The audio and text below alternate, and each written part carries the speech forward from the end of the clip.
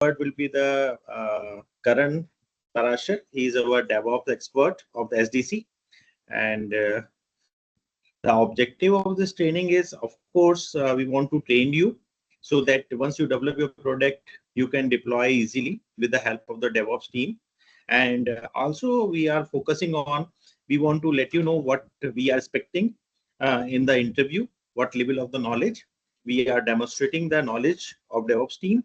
We are trying to train you. We are trying to initiate the learning. And I hope those have participated in that time. They have also gone through the assignments. And so please participate in the assignments also. And all the best. And I would request Karan to take over the session now. Thank you. Thank you, sir. All right, so do we have any doubts from the yesterday session?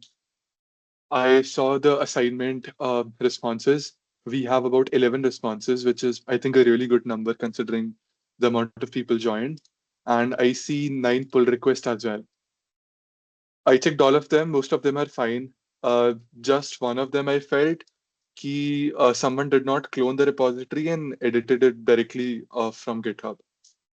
So that is something that we should avoid, at least for now. We are learning Git and GitHub, the command line interface and all of that. So we should do it the right way. Clone it, do your commits locally, and then do a push.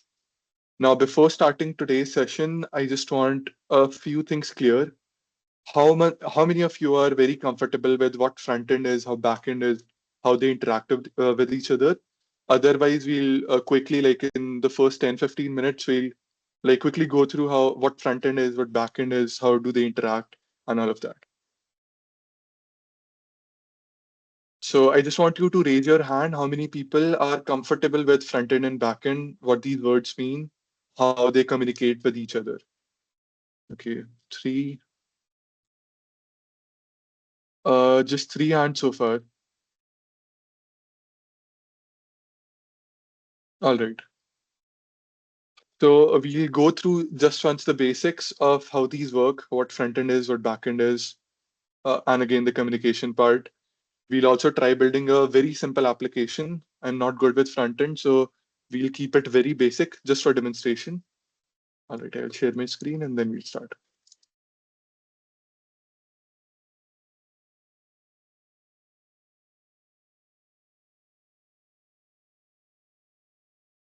All right.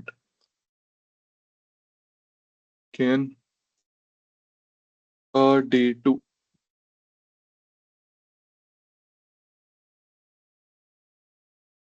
All right, let's first also see what front end back end is. We'll try visualizing it.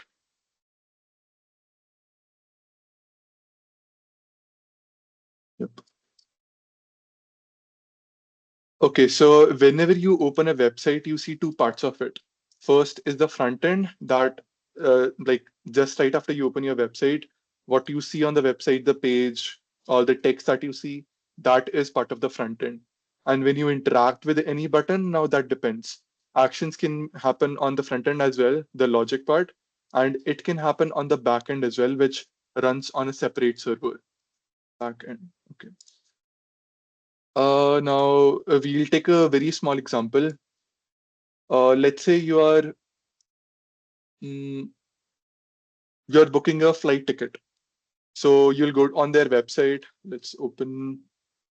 Okay, let's take a simpler example. I'll go to STC website. Yeah. Okay, now all of this that you see right now on my screen, this is part of front end. And then I'll try doing a backend request. I'll do apply now. And this is the form that I'll fill. So right now I've not interacted with backend at all. And if you just want to see it, you can open inspect element and the network tab. Here is all your requests. So if I fill something, let's say Karan,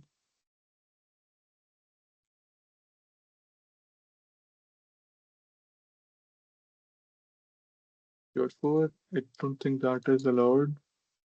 Okay, it is.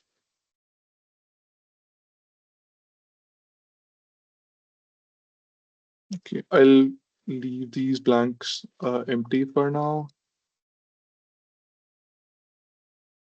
Let's say I selected a few checkboxes as well. Yeah, 100 words. Mm, just copy paste the same thing for now and a link. Yep. So when I'm submitting an application, it goes to the backend as well because they're keeping track of the applications. Now, this is where backend comes into play. Backend is something which is on their side. They keep a persistent storage. They have some logic. So whenever I click the submit button, front end collects all the details that I filled on the top, and then it uh, like forms a JSON. If you know what a JSON is, it's just a file format, a way of storing things. It will construct a JSON out of all these details and send it to backend. And then backend will try to understand the details that I filled up and will save my application in a database. So whenever we interact with a database, generally it is not directly exposed on the internet, the database itself, it's behind a backend. So whatever I send from the front end goes to the backend authenticates it, validates it.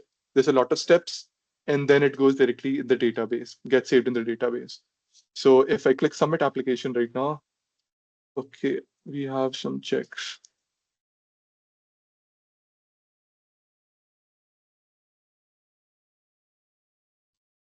Okay.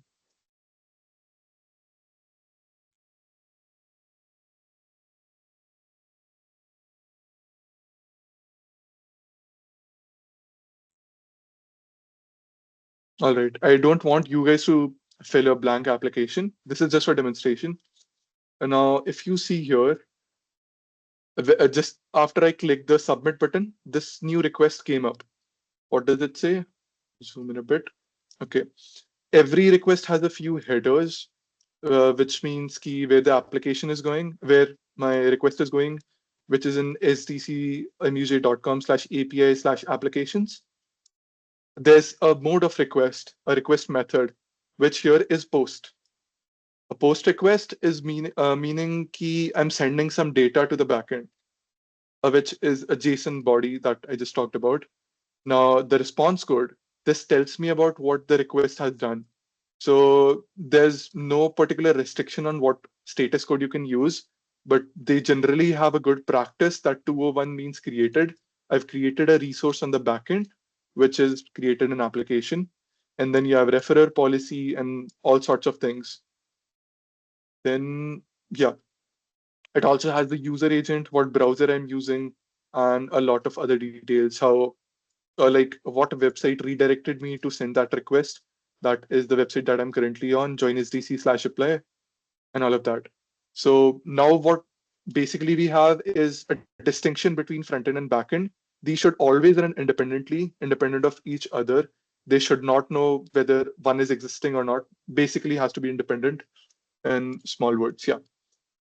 Okay. So front end, whatever the UI that you see, the forms, and once you fill them, it sends a request to backend.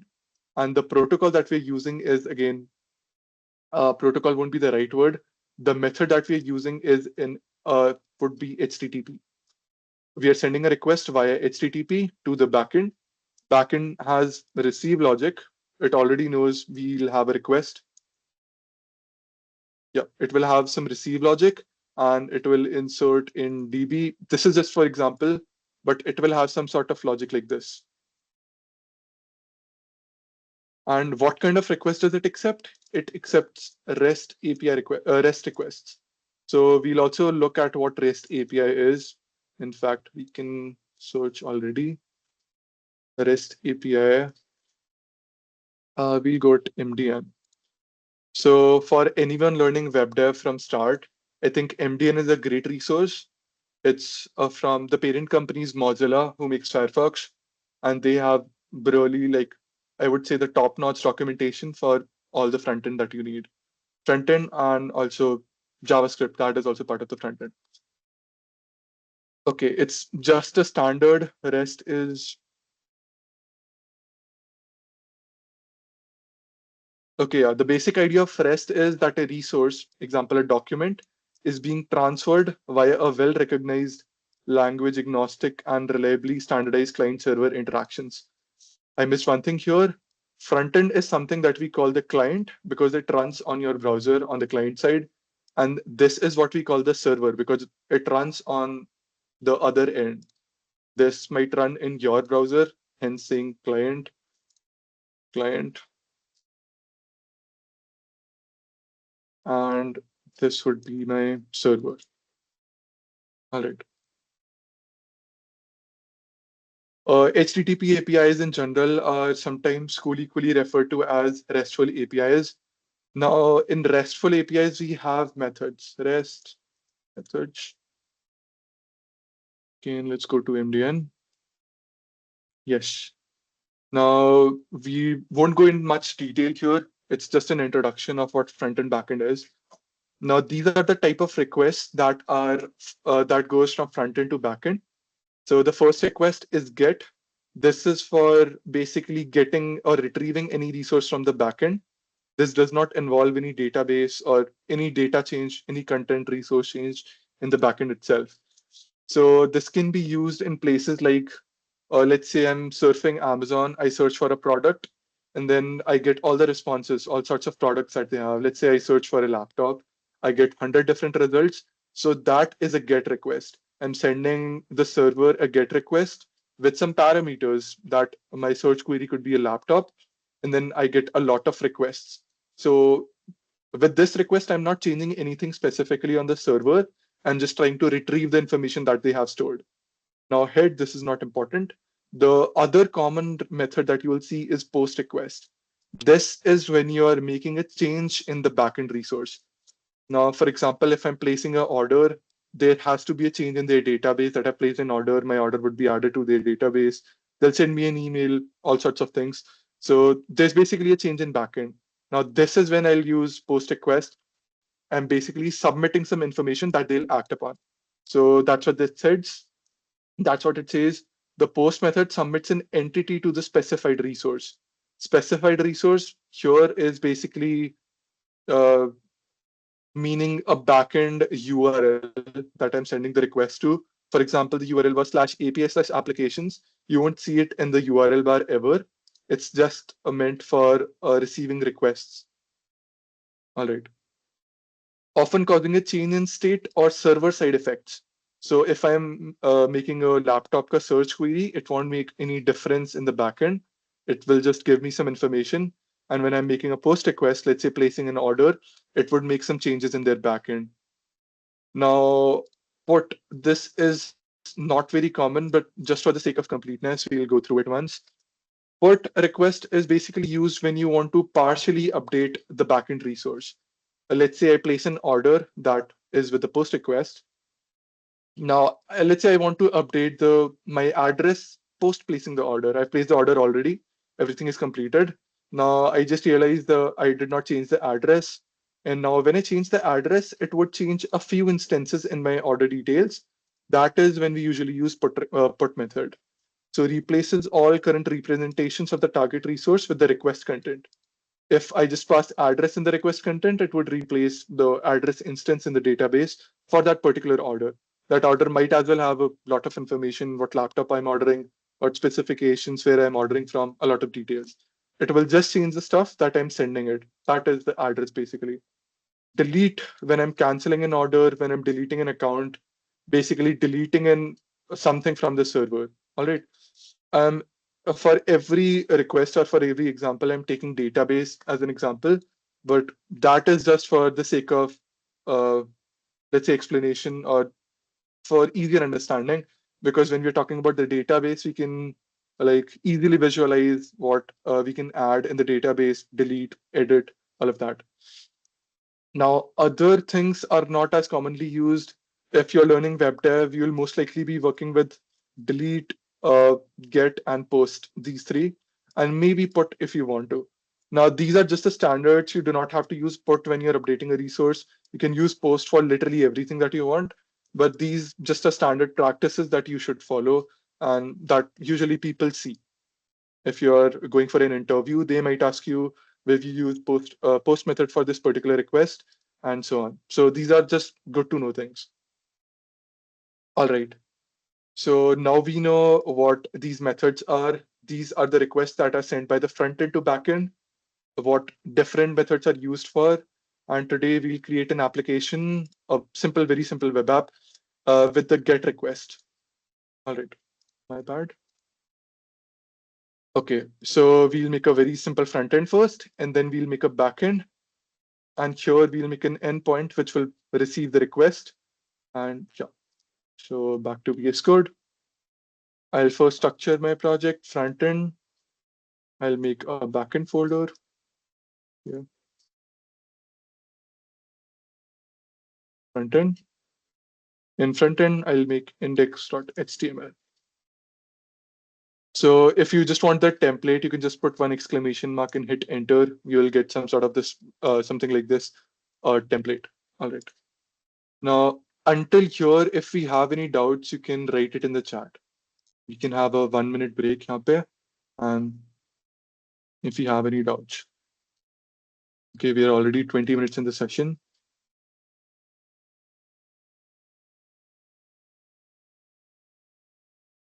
Okay, no doubts, I'm assuming. Okay, we'll go ahead. Now, okay, title, I'll let everything be default. We'll create an h1 tag. I'm sure most of you would be familiar to HTML, but this is just the way of writing the web pages, standard way. Okay.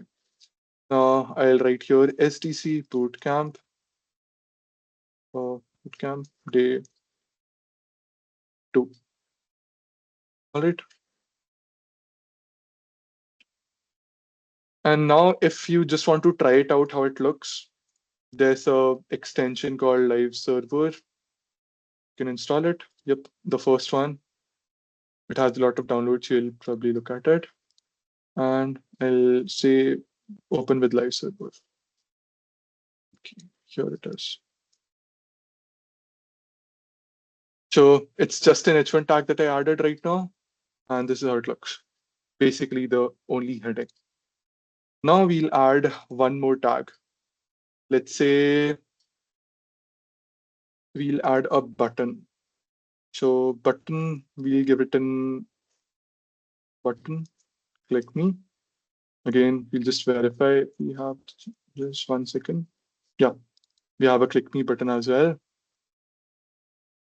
Now with front end also, we have HTML where we write the structure of the document.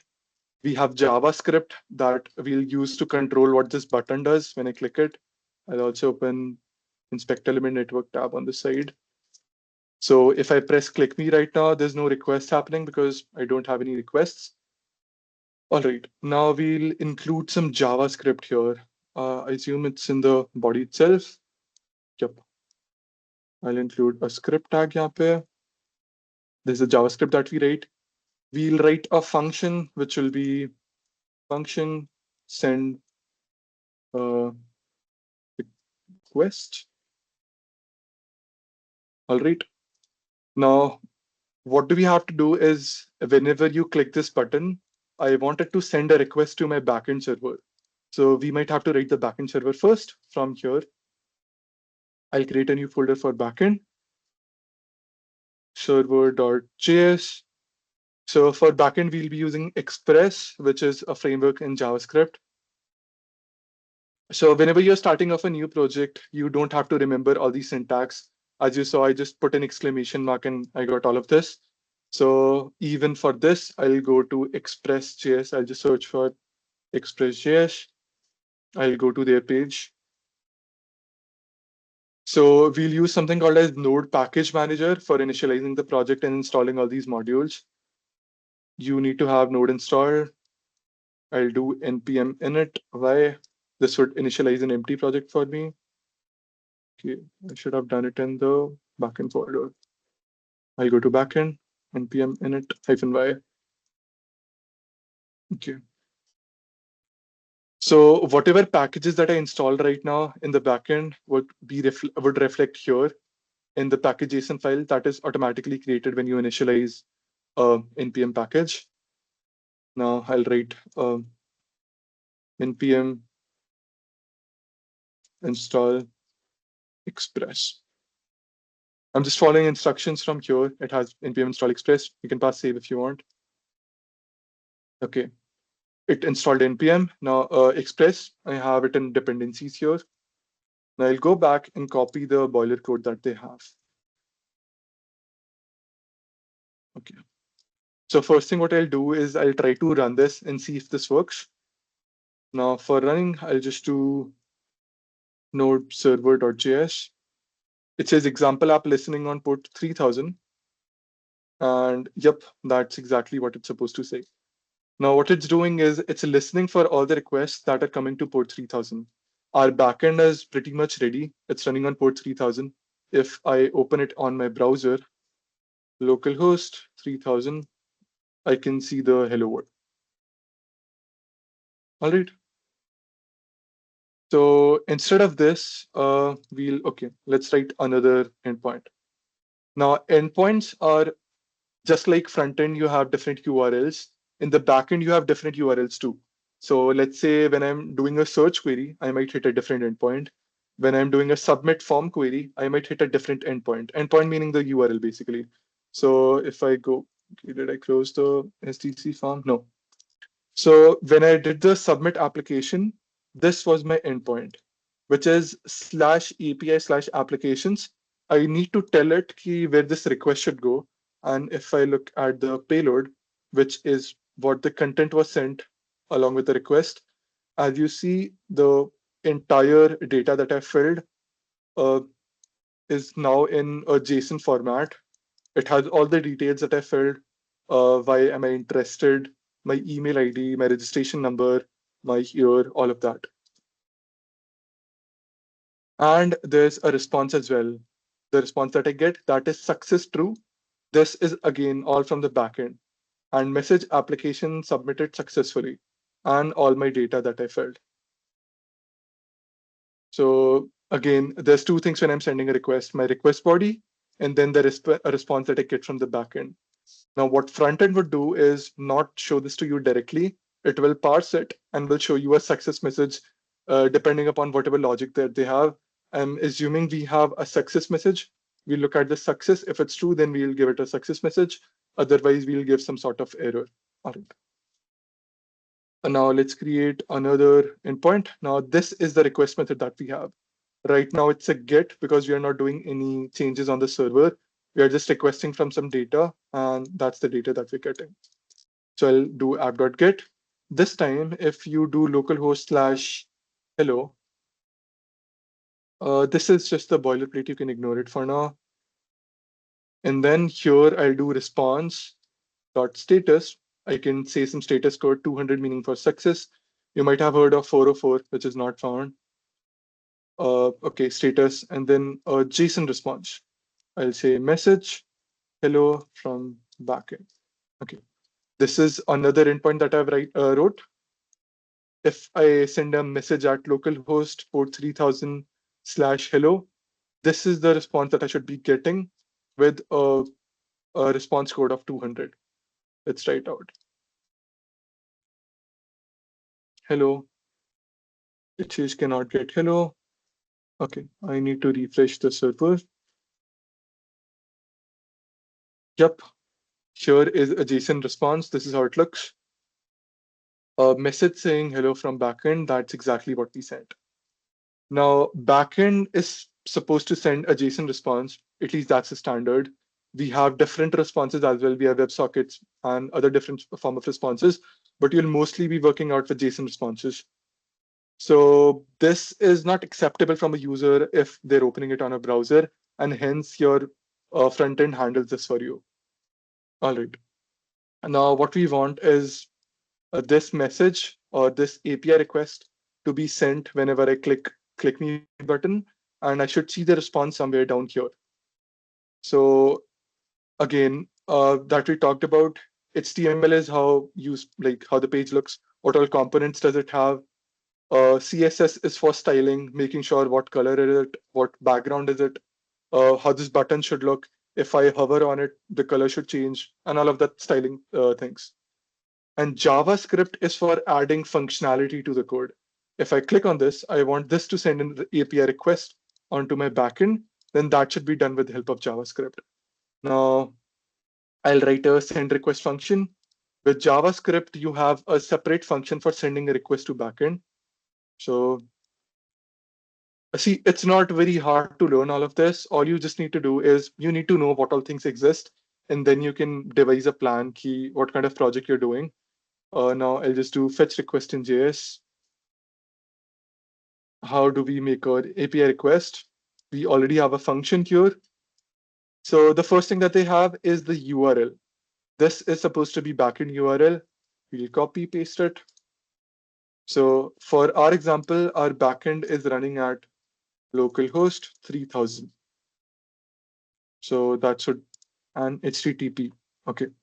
And slash hello. That is where we are supposed to send our request to. Now, what's the next step? Try catch block. Okay, we'll skip it for the sake of simplicity. Const response equal to await fetch URL. What this fetch URL is doing is making a request, and by default, it's a GET request. And what does our endpoint accept? A GET request again. That is perfect. So we'll copy this line as well. Okay, it should be an async function. All right, you don't have to worry about async and await for now. That's something that we look afterwards. Now, I want to store the response, whatever we get from the request, in response. Now, just for the sake of testing, we'll do console.log, which is equivalent to print and response. We'll see what response it gets, and we'll try to print it. And also, I want this function to run on the button press. So it's in HTML, we have an onClick function. OnClick, I'll run the send request function. Okay. Now we'll go back to our front end. If I do click me, it sends a request, as I see. It sends a request to localhost 3000, and it gets a response 200 OK. If we look at the response, yep, it indeed say hello from the backend. And now this is the request that we sent from our front end. We did not open a browser. We did not open the URL. So, okay, now what I want to do is the response that I get, I want to show it up here, adjust the message. All right. So in HTML, we'll create an empty p tag. Also, if you go to the console, we printed out the response, and the response has, okay, it should have a body.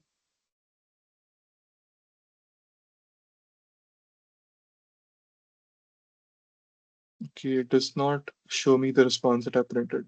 Okay, we'll also look at it. So I'll create a p tag where I want the response to be. I'll give it an ID, let's say output. Now, what I want to do with JavaScript is dynamically edit the text which goes inside it. I can add some text here, let's say hi, and this should show up here, right? But when I want to click on this button, I want whatever I get in the response to show up here. So I'm dynamically changing the HTML. That is where we'll use JavaScript again. So in JavaScript, there's something called as DOM, which is basically the whole entire tree that you see here. This is something that you will learn when you're learning JavaScript. So we'll skip the basics for now. Just want to show you how front-end and back-end interact and how they work before we containerize this application and deploy it to the internet. All right, so now what we have to do is const element, or let's say const uh, response tag equals get element by ID. Is it not that? Okay, I'll have to select the document as well. Document dot get element by ID. And I'll select my element, which is my ID is output. Now the response tag has selected my p tag. Now I can do all sorts of operations with this p tag. Let's say I want to do response tag dot inner text.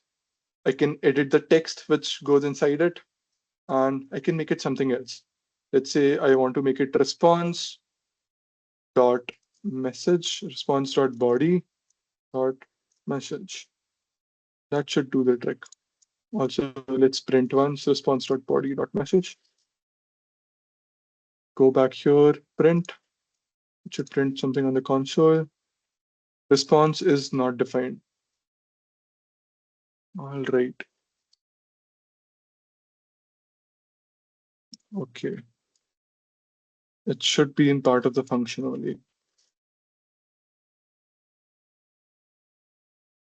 Let me, it says undefined. All right. Let's try printing response.body. Object readable stream.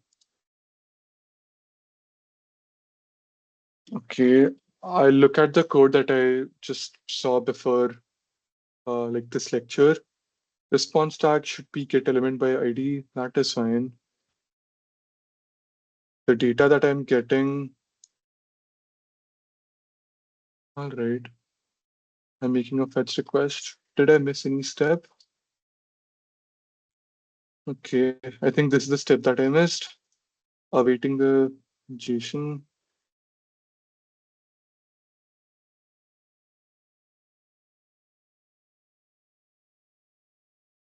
All right. This should work.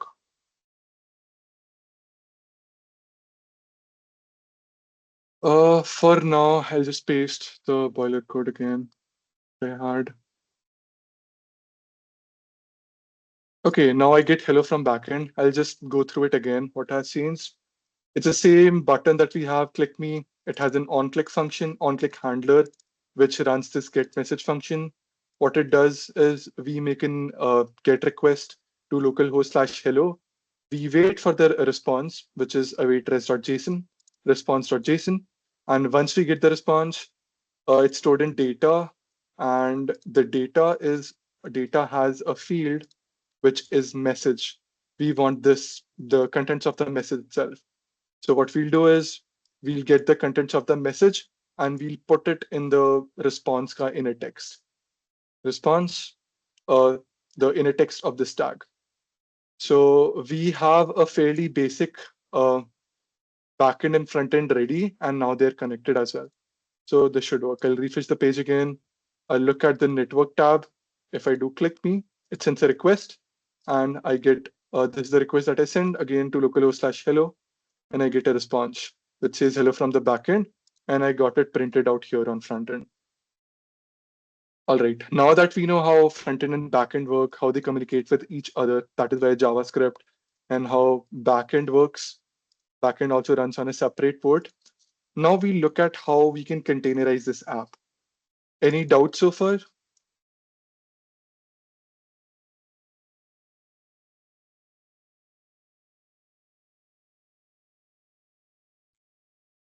All right, I'll assume not. But now that we move forward from this point, if anyone of you already, like I saw 3 hands raised, if anyone of you already have a full stack application pushed to GitHub or somewhere, then you can drop the link in the chat and we'll try deploying it on the internet right now.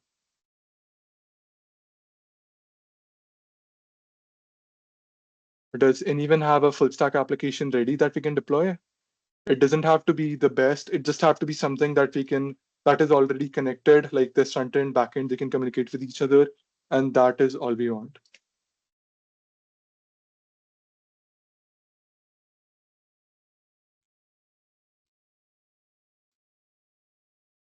Any projects, any at all?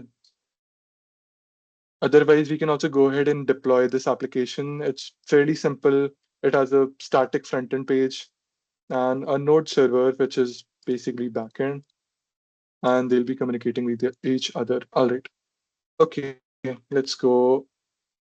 So the first thing that I'll want is on the internet, an internet address, which is my unique address. Whenever I open any website, uh, you'll study this probably in third year in computer networks, what a static IP is, how internet works, all of these things, and how these websites are hosted. How can I contact this website whenever like I go to SDC MUJ, how the website loads, where's this data coming from, where this homepage coming from, and all of those details. All right, but just to get a brief overview, it's hosted somewhere on the internet. We have a server running. We have these pages, these HTML files stored there. And whenever you open this, you send a request to that server. That server sends you back this HTML page. That is how basically you open a website. So what we'll do is we'll first make a server. If you want to follow along, it would be pretty hard for now, but Google Cloud, Google Cloud, they have all right, we got a project.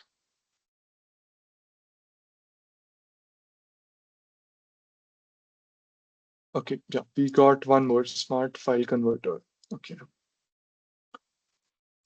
So we have two projects. We'll try deploying them both. We'll check once. Okay, I believe this is the backend. And do we also have front end for it in the same?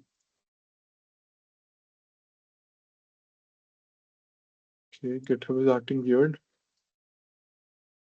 Okay, do we also have front end on this one? Riddhi?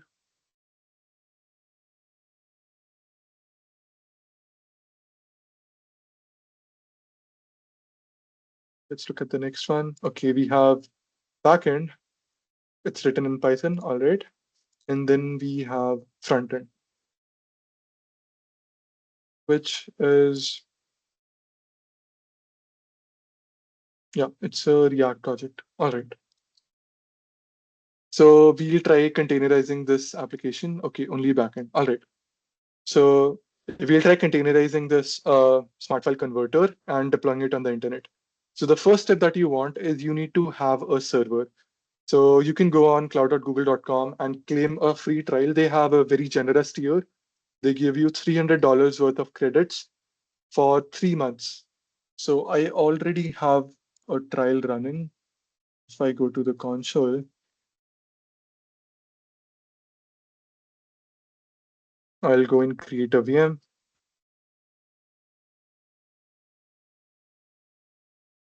Okay.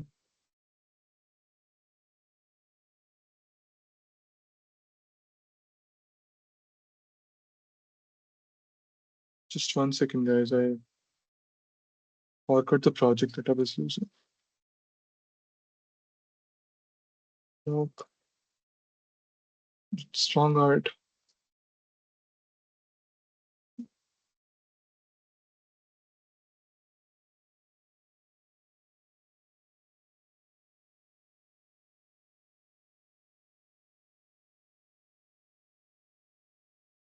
All right. So what we're basically doing is we're creating a virtual machine, a new virtual machine, and then we'll be working on that. Just give me a second. I'll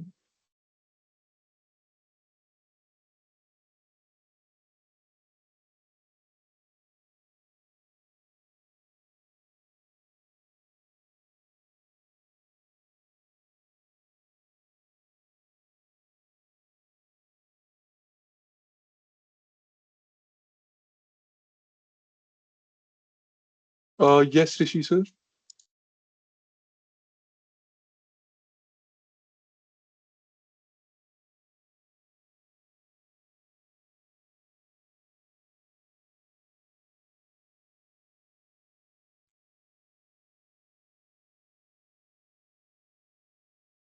So while I'm looking for the account, so what our basic course of action would be is that we create a virtual machine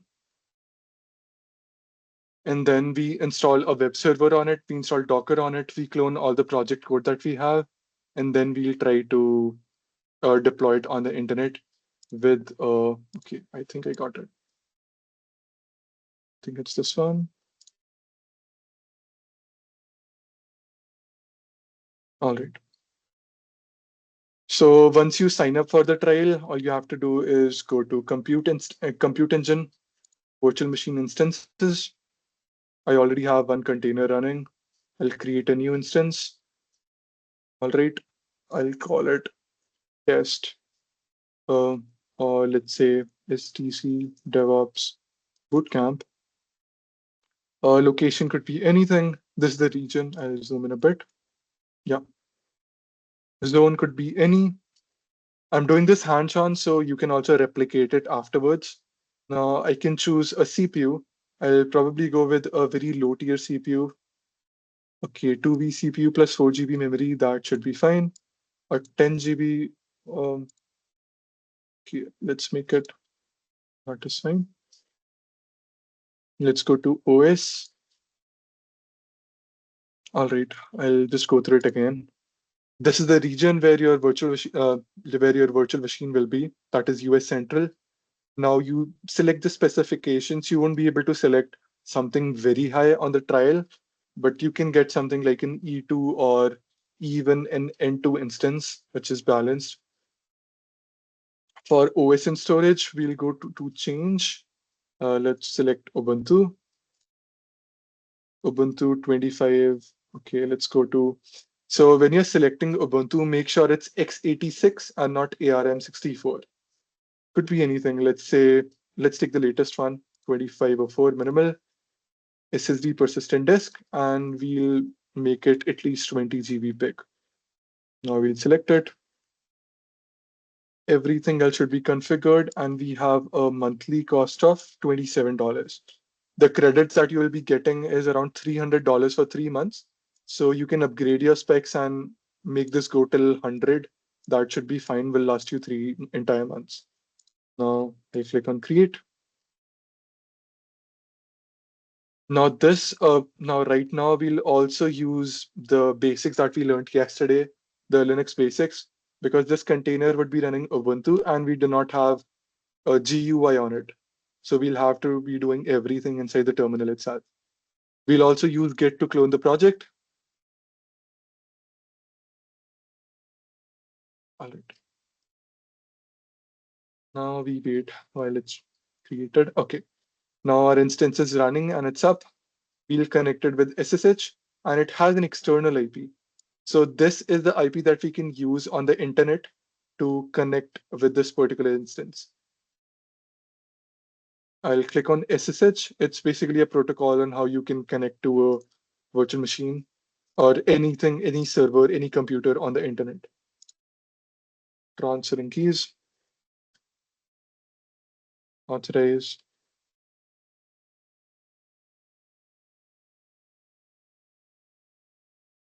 All right, here it is. I'm in my server. This is the first boot. I'll write clear. Now, the first thing that you do on a server, it's running Ubuntu. So I'll update it. As we talked about yesterday, every Linux distribution has some sort of package manager. This one has APT. So APT is a command line package manager. Package manager is something that you'll use to install tools or applications on your Linux machines. So I'll do sudo apt update. That is the first command that you run. To update the package manager, it should be aware of all the latest packages which are available. So you run sudo apt update. It takes a bit of time. It's collecting all the updates that they have. And then there's one more command, which is sudo apt upgrade. So with update, you just know what all packages are available. And then with upgrade, you can also upgrade your outdated packages. So we'll also run that sudo apt upgrade. And yes, our system is now up to date. All right, now we are ready to clone the project and deploy it. So, okay, there's the project.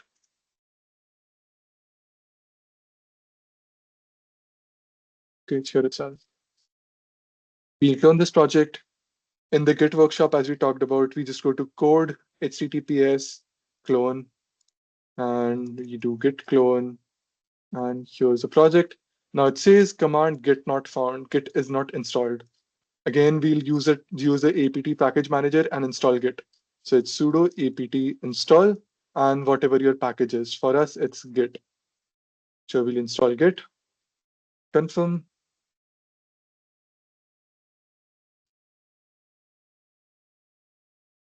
And now we have git installed. I'll run the same command again, git clone, and now it says successfully cloned. I'll do clear again. Now if I run ls, you will see we have the project cloned here. We'll go in the directory cd with its change directory, and I'll do ls again. And we have all the required files, backend, frontend. Now let's try the traditional way, how you used to deploy back in the days. I'll go to cd backend. I'll look at it. Okay, it has a Python app.py file and a package JSON as well. Okay. I'm guessing we just need to install the requirements and then run the thing. We'll do cat to look at what the requirements are. It's a Flask app. So just like Express, we wrote our backend in Express right now. If you were to write it in Python, you have multiple options like Flask, Fast API, Django, and all of that.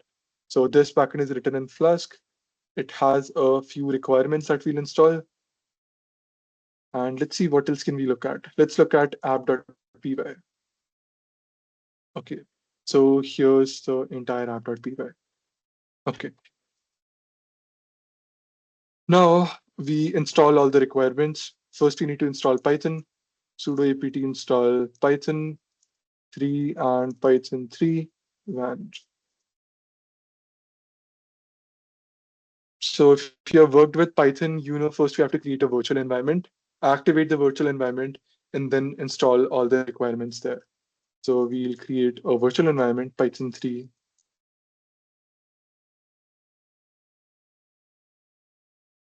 Now we'll activate the virtual environment. So this step has nothing to do with deployment. This is for this particular application. Now we'll do pip3 install our requirements.txt, installing all the requirements. And now I can run the application, Python 3 app.py. Again, we have the application running on localhost 8000. Now, how do we bring this onto the internet? Now, for Google Cloud, it is a bit complex as all the ports are closed by default. We have a IP. If we try to open, or if we try to hit port 8000, it should theoretically open the backend, or I should be able to interact with the backend, but the ports are closed. So we also need to expose those ports on the internet, and then we can access this application.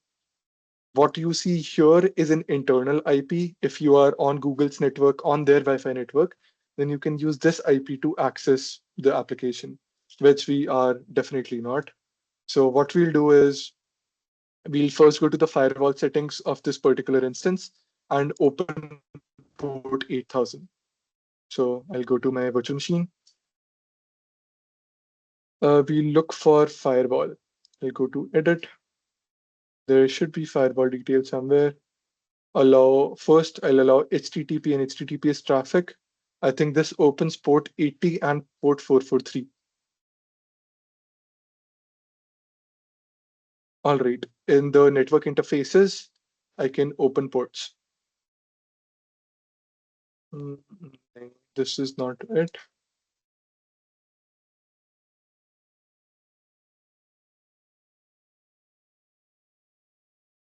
All right, well, we look at it first. But with these two checkboxes, we have at least port 80 and port 443 open. So we'll click save, and we can test whether port 80 and 443 are working or not. So instead of running the server on port 8000, we'll try to run it on port 80, which is the default for HTTP. Now for this, we need to edit the app.py. We need some text editor, nano for now, app.py. Nano again not installed, we'll use the same command, sudo apt install nano, and yeah, nano app.py. I'll go to the very bottom where we have the port. Now I'll make the port 80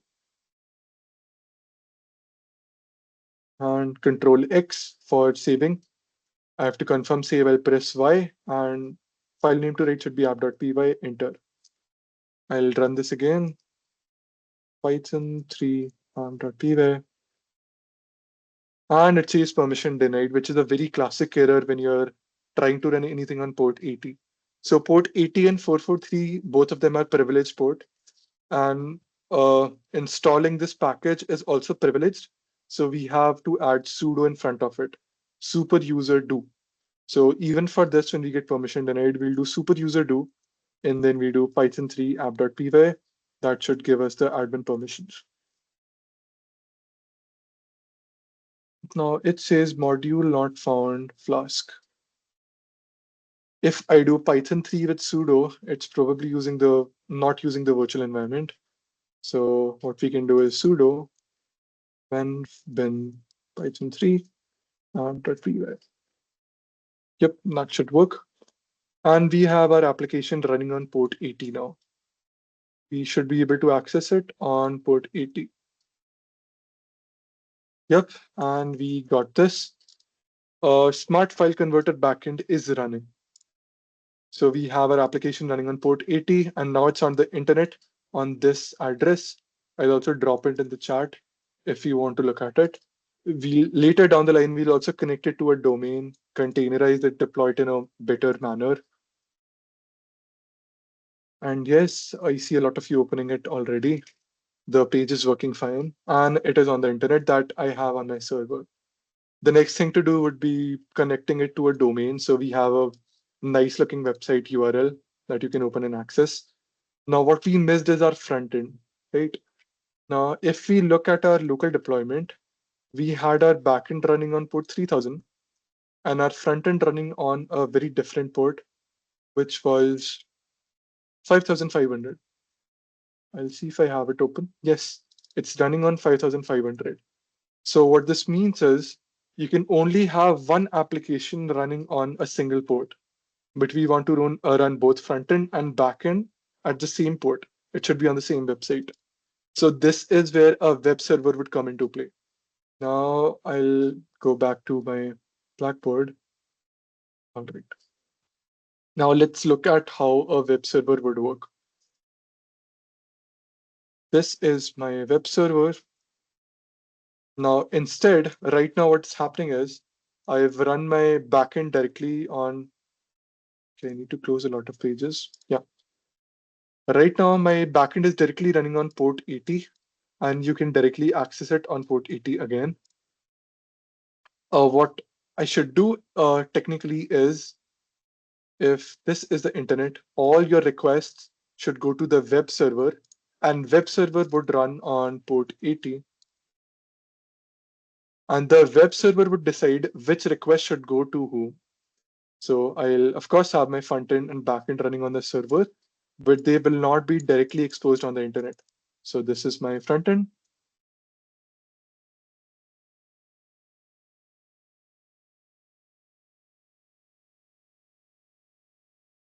And this would be my backend. Okay, now I'll have both of them running on the same server. Now, whenever a request is received on the web server will write some logic here or some criteria, which would decide whether the request is going to go to front end or the request would go to, or the request goes to backend. And whenever the request goes to either of these, whatever the response that they give goes back to the web server, right? So this should make sense. Right now, what's happening is you're directly sending a request to backend, and whatever we are getting in response, the user is getting it back. Now we are adding just one more layer in front of it, which is the web server, which would be running at port 80 now. These can run at any ports. Let's say we can run front end on 3000, colon 3000, and we'll run the backend on, for example, let's say 8000. We'll have some rules in the web server. If a request follows specific format, it should be routed to front end. And this is the request.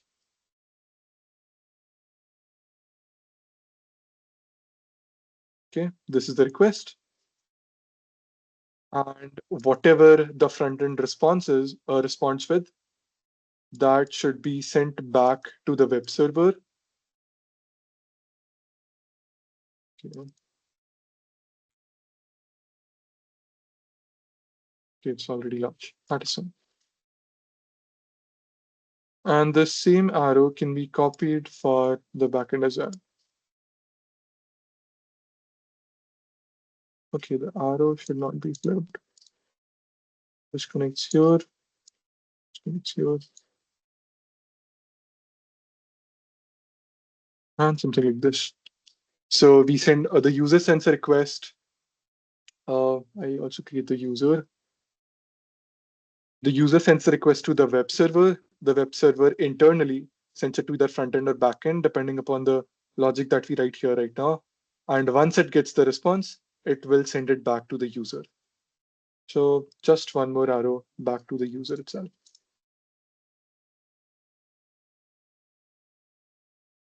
All right, this is the request and the response. Now this solves our problem on running just one service on one port. So right now only web server is running on port 80. These are running on separate ports, but still we can able to communicate with them from the user just using one port, which is port 80. All right, now let's go back to the server. Let's install a web server. So one of the things that comes to my mind is Nginx and Caddy. So Nginx is a web server which is used for exactly that. So this can be Nginx, Apache, Caddy, uh, Traffic.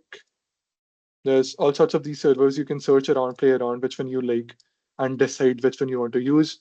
For the demonstration of this video or this tutorial, we'll use Caddy, which has very simple syntax and would be easier to understand.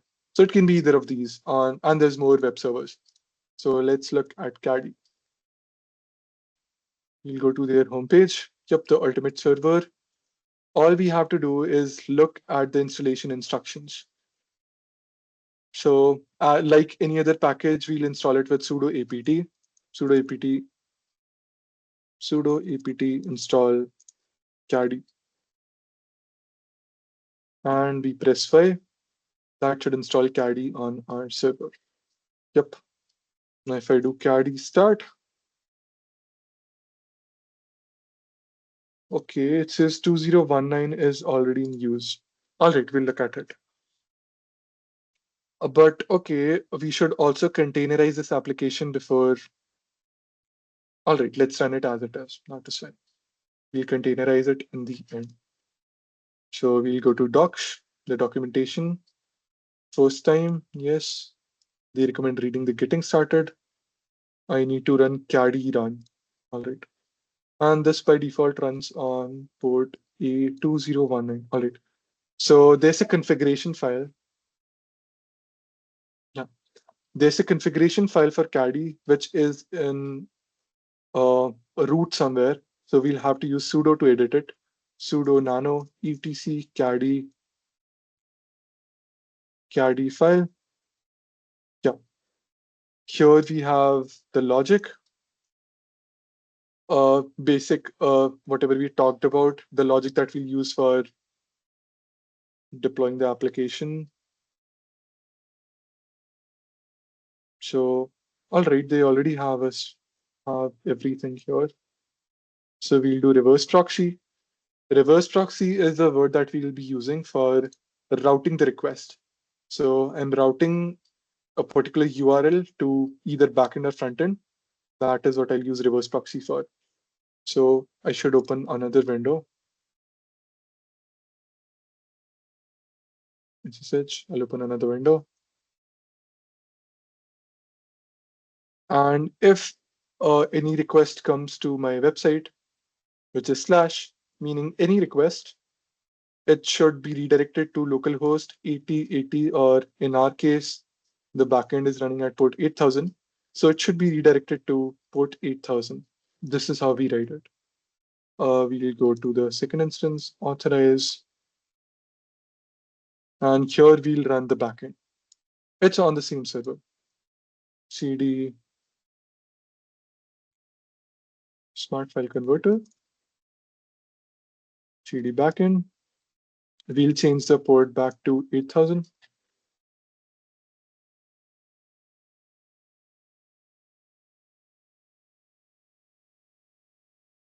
and source activate the virtual environment.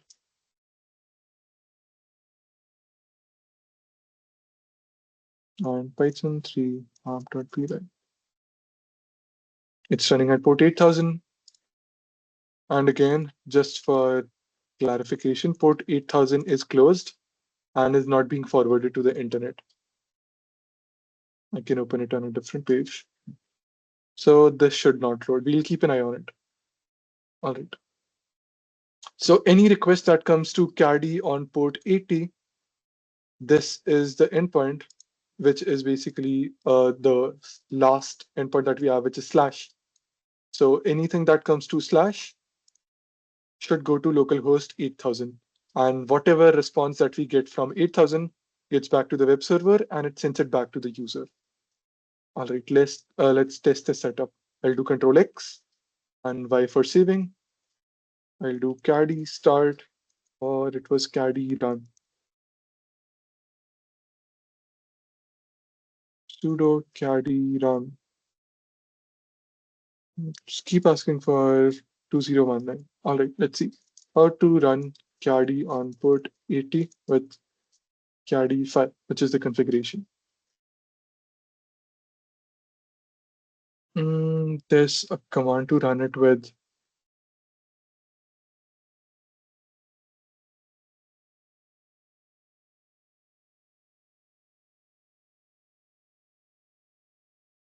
Caddy start should do the trick, but see sudo caddy start.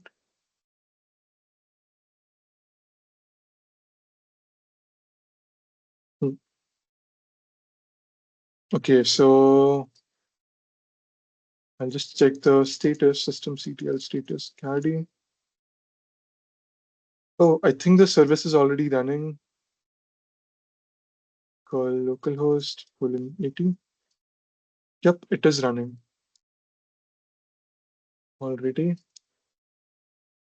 So yep, if we open our website right now, if you open our website right now, which is the same URL that I sent in the chat, it's running the caddy server. It says your web server is working. And now they suggest some changes, right? This is for connecting to a domain that we'll do in later part of this tutorial. Then upload your site files to HTML, var www HTML, edit your caddy file that we already edited, replace the port 80 with your domain name. We don't have a domain name right now, and reload the configuration, which is systemctl reload caddy, and visit your website. Okay, so what I think is happening right now is we'll go back to editing sudo nano etc caddy file. It's serving a static file, which is here. We'll comment out this line and we'll reload.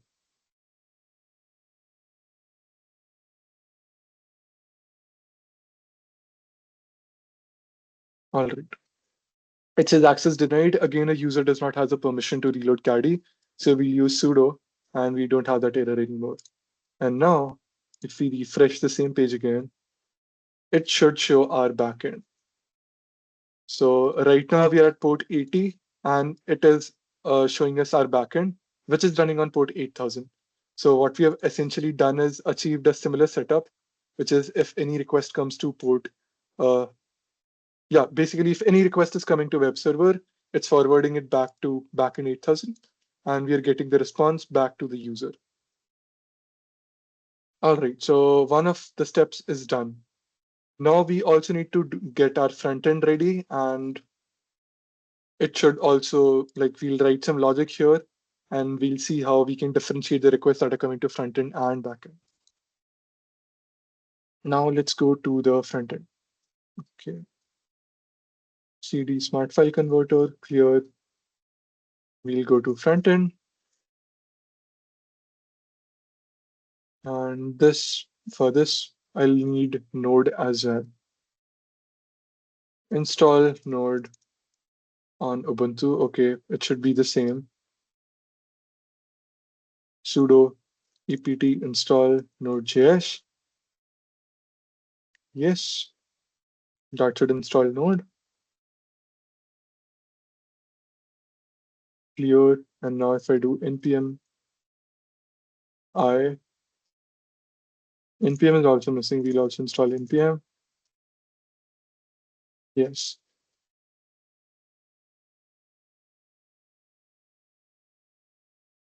Now just keep noticing whatever steps that we are doing so far. We had to install Python. We had to create a virtual environment. We had to install all the dependencies directly on a system. And the same that we're doing for Node as well. Install Node, npm, whatever requirements of the application is, and we're installing them one by one. This might take a while. All right. So till then, we can get a brief idea about what Docker is and how it works. So the direct way of deploying applications, or the old way, or say the traditional way, is what we did right now. We on our server, is someone what? Okay. So this is our server, and on this we have a web server. We installed a web server, or let's write it caddy web server. Next, we installed Python, which was for backend, and then we installed Node and npm, which was for frontend. And then we manually installed all the dependencies with pip install and handled all of that. And then we run the caddy web server. We edited the configuration files, and now we finally have the application running. Okay, frontend ke liye that is done. We'll do npmi.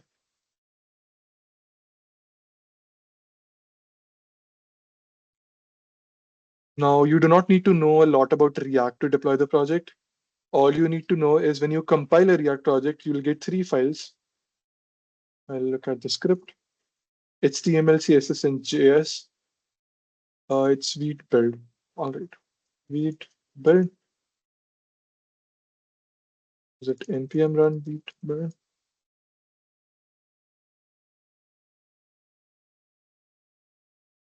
I think I need to install Vite as well. All right. We directly run the commands. Okay, it's npm run build. All right, my bad. npm run build.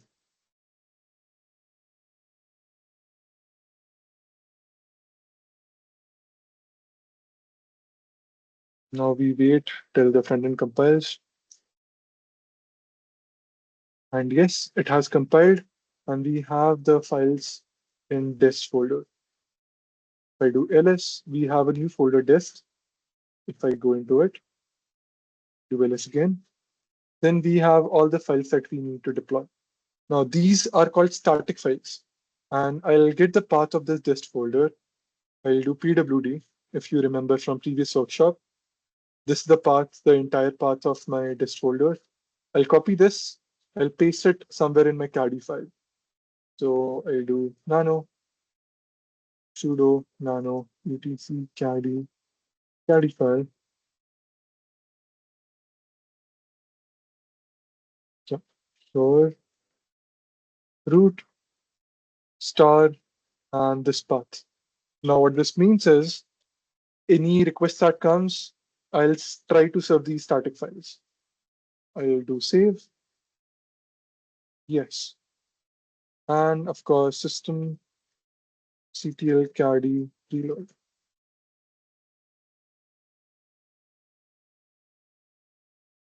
We'll look at the reload command again. It'll just caddy reload, caddy reload.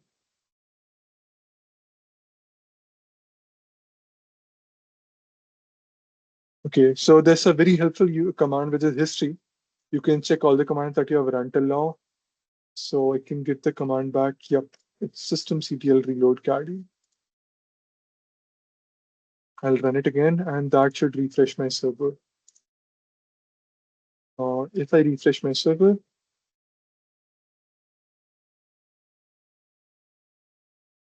it is still redirecting me to the backend. All right. sudo systemctl restart caddy. Does that fix it? Okay. So we have some issue in the caddy file itself. Let's try to debug it. Sudo nano etc caddy file. All right, back to the caddy file. We'll try commenting out this line. We just want to serve our front end for now. Let's see how that works. I'll reload again. Does that work now? It does not. Do I need to write index.html? That also does not work.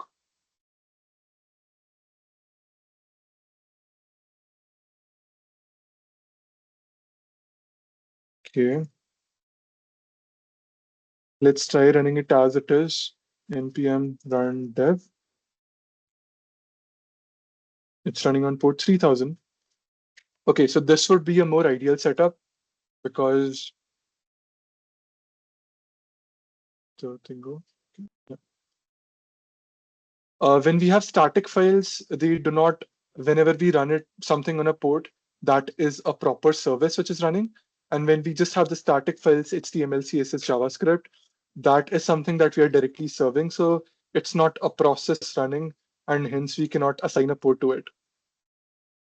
So right now we have a service npm run dev. It's running on port 3000, and we have backend running on port 8000, which is a similar setup to this. We'll go back, open another page. We'll also come back at the static files, how we can host the static files. But for now, let's try to get this running.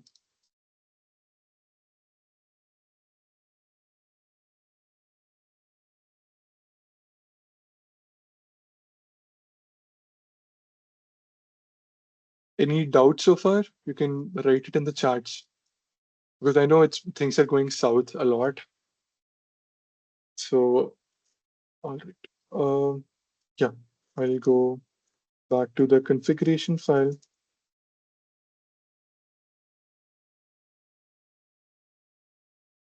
This time I'll reverse proxy the front end to port 3000.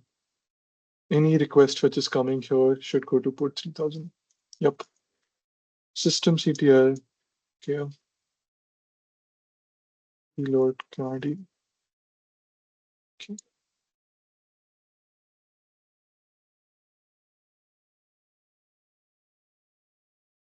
Okay, now I think our front end is being loaded.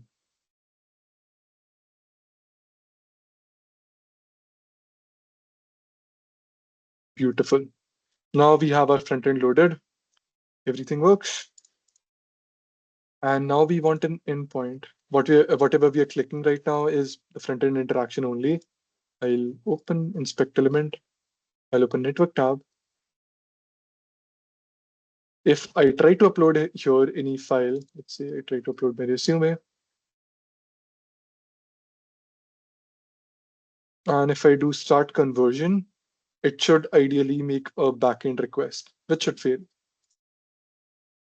Okay, this is the backend request it made.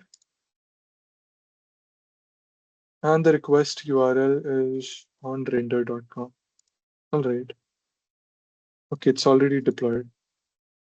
So what we need to do is we need to change this URL to point to our backend, the one that we are hosting.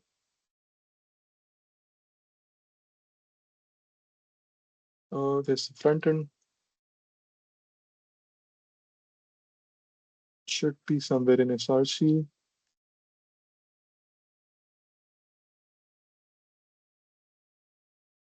Let's install one more helpful tool, sudo apt install rep grep.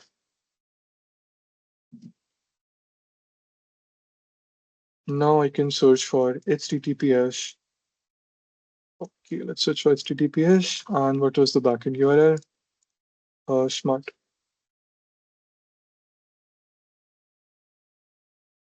Yep. And now we exactly know where it's coming from. It's in services api.js. So we want the URL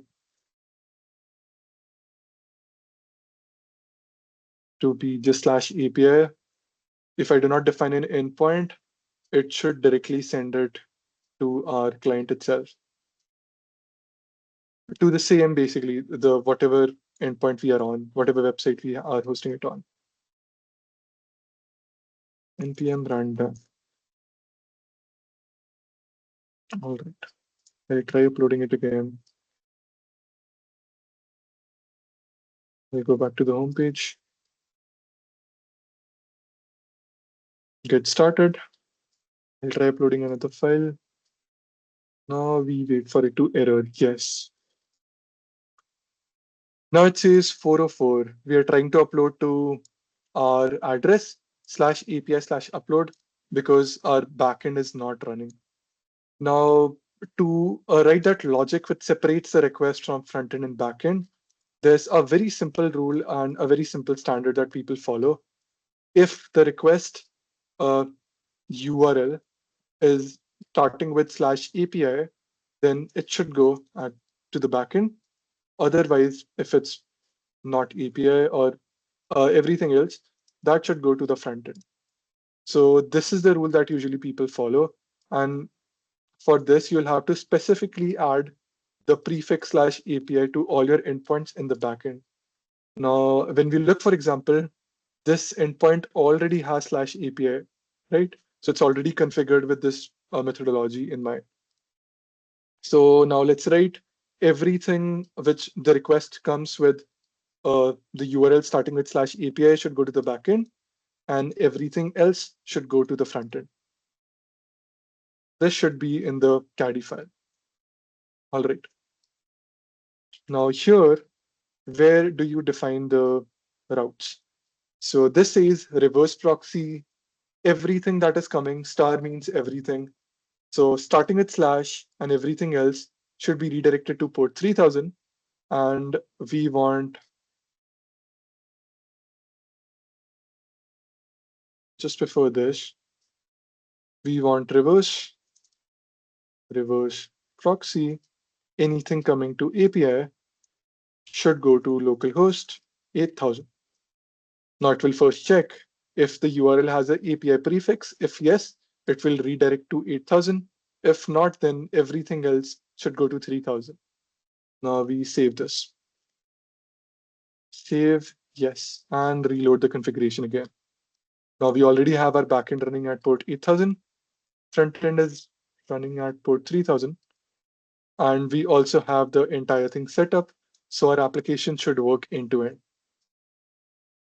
I'll refresh the page just in case.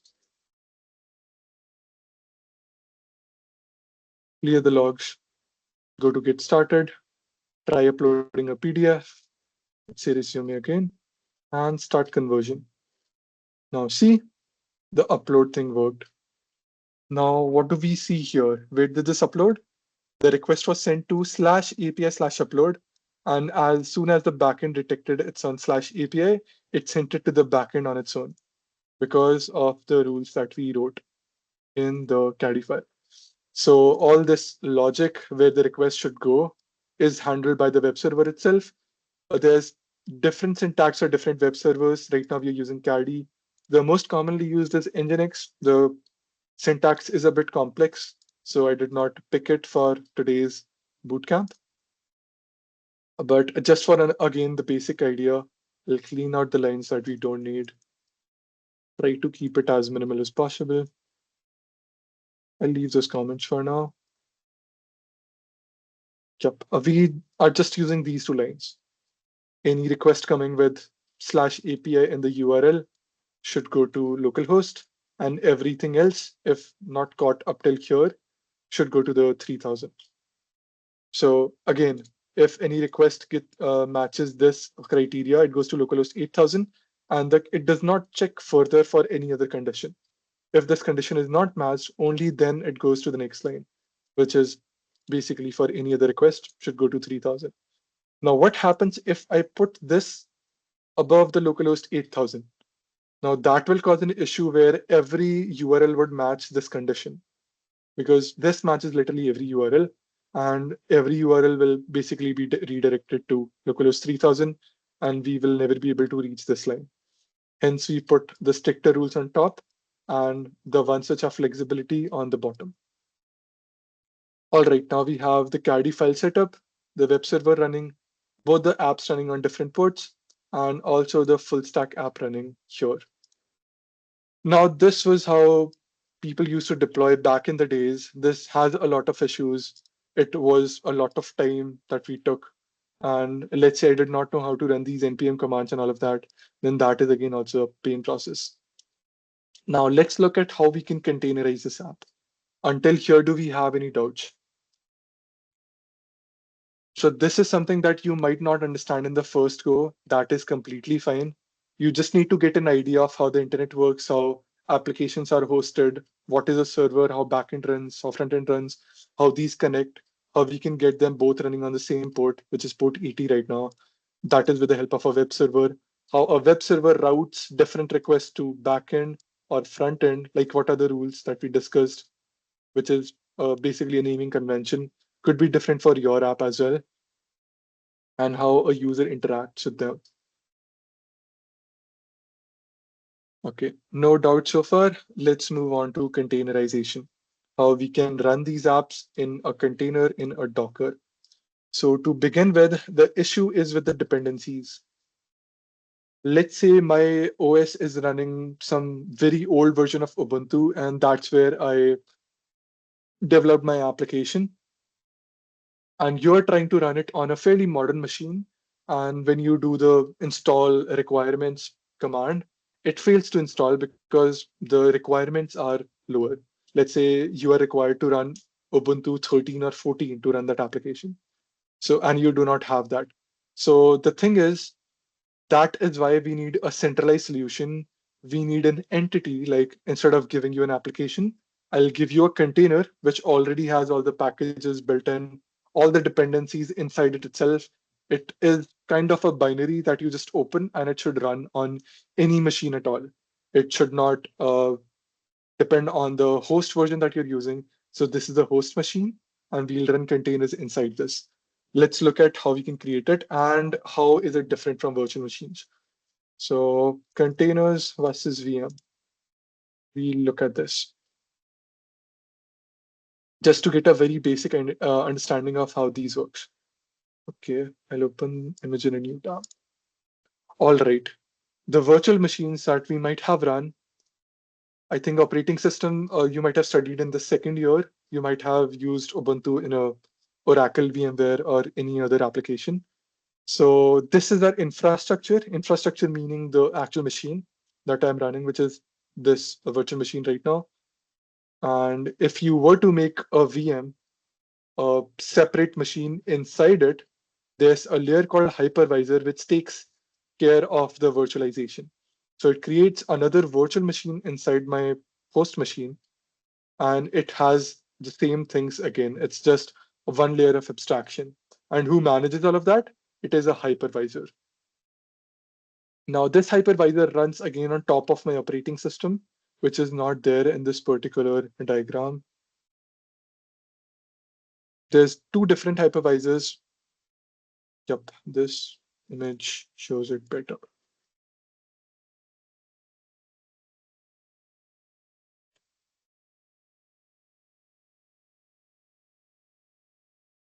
So I'm running server, it's running Ubuntu 25 that we installed. And now it's running a hypervisor, which is basically your Oracle, VMware, or Hyper-V, WSL, all of these things. They're called hypervisor, which enables you to run a separate virtual machine on top of it.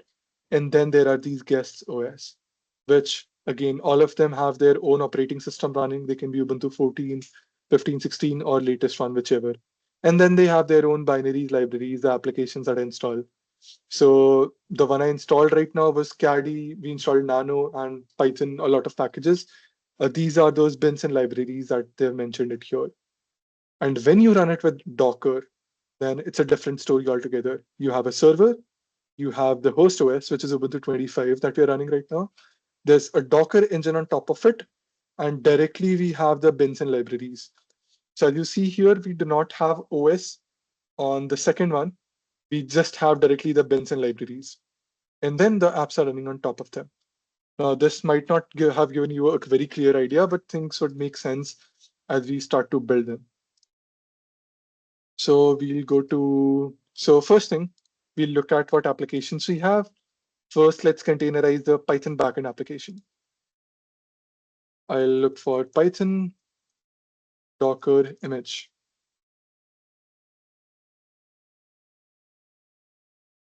Yep, this should open Python image. Okay, even before that, I might need to install Docker in my Ubuntu. So anytime you're dealing with any kind of situation, you just have to Google it out. You'll literally get anything. So for me, it's how to install Docker on Ubuntu. I'll click the first link, and they have everything very well documented. Uninstall the older versions. I'll copy this command. I'll try and see if I have any older versions. Now, this is one more thing which you should not do. You should not blindly copy paste commands. But I know I'm on a very good website, which is docker.com. It's a trusted website. So I can I just know what I'm doing right now. Okay, that is done. Now this installation method, install using apt repository. That's what we are supposed to do. I'll copy the entire thing and paste it.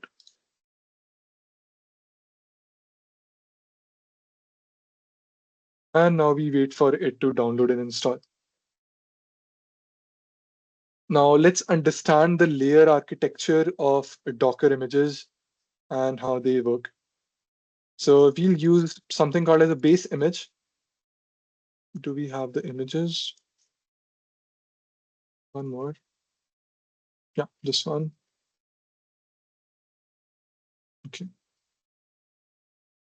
Yeah, so when we are running a Docker engine, we'll have Docker containers on top of it. So it will have some binaries and libraries. For us, it would be Python right now.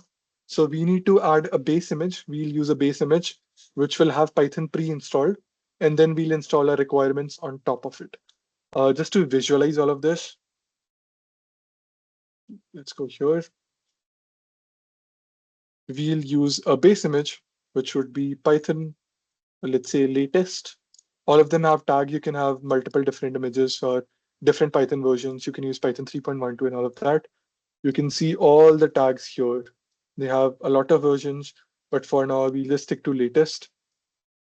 And yeah. Now, okay, I skipped a lot of things. For Docker, we just need to know a very few things. First is a Docker file. Can I increase the text size? It's already large. All right, I'll zoom in a bit. Yeah. First, we need to know about Docker file, Docker images, Docker containers, and if we get time, we'll also look at Docker networks. And this is a totally separate thing, Docker compose. All right. Now let's look at these one by one. Docker image is basically a base image that comes with the application that we need. So right now we'll be using Python latest. Just like you have ISO images for Windows, like when you're installing Windows from scratch, you download the Windows image from their servers. If you're installing Ubuntu, it has an ISO image. So this is similar to that, a base package which has Python pre-installed. It does not have any operating system. It does not have any kernel or anything to run alongside it, just a Python package. Now with this image, what we'll do is we will add our application files. Yes, we'll take this image, we'll add our application files. You can also understand it like Git. We have the initial commit where we have some sort of code. Then we add our application files on top of it. Then what we do is install our project dependencies.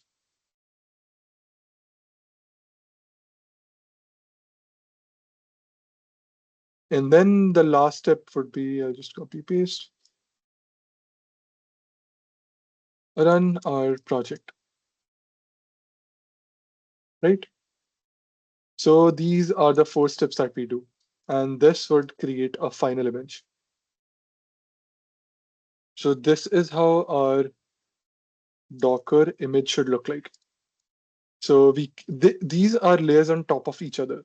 This is the base layer that we use, the base image. Then we add one more layer, which is adding our application files. We install the project dependencies, and then we finally start the run command. And this would be our final image, right? Now this is for the backend. For the front end, we'll do very similar thing. We'll take the, okay, I'll just copy paste the same thing. We can call it backend image. For front end, since I know it's written in Node, we'll take backend front end image. For front end, instead of taking Python, we'll take Node latest, add our application files again, install our dependencies. I should also mention this would be pip install our requirements.txt. And here it should be npm I. And then run our project that also have different commands. This should be Python 3 main.py or app.py. And for running the backend, it's npm run. We look at it. I think it was dev. I'll see how can we run it on prod with the script. But yeah, this is our basic idea. Now these two are front end and backend images. And now we need one more image that is for web server. We'll also containerize that. Now these processes are running independently, like they should run independently inside their own containers. These are sandboxed. They cannot communicate with the outside world, right? Now there's something, it's running on port 3000. So a Docker has its own internal network. So my localhost 3000 would not be the same as something running inside the front end container at port 3000. And this should be port 8000. So there's a way to forward these ports to our host machine. If something is running on this particular container at 3000, we have to pass an instruction to forward this port to our host machine so we can access the same thing on localhost 3000. And the same goes for this one. And coming back to these files. So a Docker image, I think we clearly understand by this point what a Docker image is. These are example of the Docker images. A Docker image should pack in all the dependencies of your project, including your project files. So if it was a backend image, it has the Python, it has all our application files that we require to run it, all the dependencies pre-installed, and also the command to run our image. So this is a complete image. And now if I send this to someone, let's say I send it to your PC, you just have to run the run command and it should automatically start running, as I've sent you literally everything that you require to run this project. I can also decide this Python version, whatever I want to ship, and all of that. Front end, it's a very similar story. I already have everything that you require, the application files, the dependencies, the app that is required, which is Node to run the application, and also the command that is also packaged within. So these are called Docker images. Now, these steps that we wrote, how do we build something like this? How do we take the base image and run these layers, add these layers on top of it? Now, that is where we write instructions, and that is what Dockerfile does. It's uh, just a list of instructions, right? Like any other programming language, you just specify, you take this base image, you write a command for this, you write a command for this, and then this. So whenever you run a Docker file, it should be able to recreate this entire setup for you, because all these instructions that I've mentioned here are stored in the Docker file itself. It will be more clear once we see an example of how Docker files look. Now we have the Docker file, we run the Docker file, we get a Docker image. And to run this Docker image, we make a Docker container. So Docker image is not a process. It's just a big fat file which is sitting on your system, which has all of these files. And when you run it in a sandbox environment, in a separate environment, that is what we call a Docker container. It's running inside a container. It's running inside a not a virtual machine, but you can understand it like I think it would be a good idea to understand it as a separate process inside a separate, I think container itself is a very good word for it. And every container has its own ports, has its own local host, 8,000, 3,000. It will have all its separate ports. We just have to forward some of its ports to the network host system. And Docker Compose, we'll talk about it. I think we have a fairly good understanding of what Docker images are, what Docker file is, how do we build Docker images, which is just running the Docker file, and what Docker containers are. Once we run these images, that is basically running inside a container. Do we have any doubts till now? I know it's a very long session. It's a lot of information for those of you who are just starting from just learning front end, back end to deploying these applications.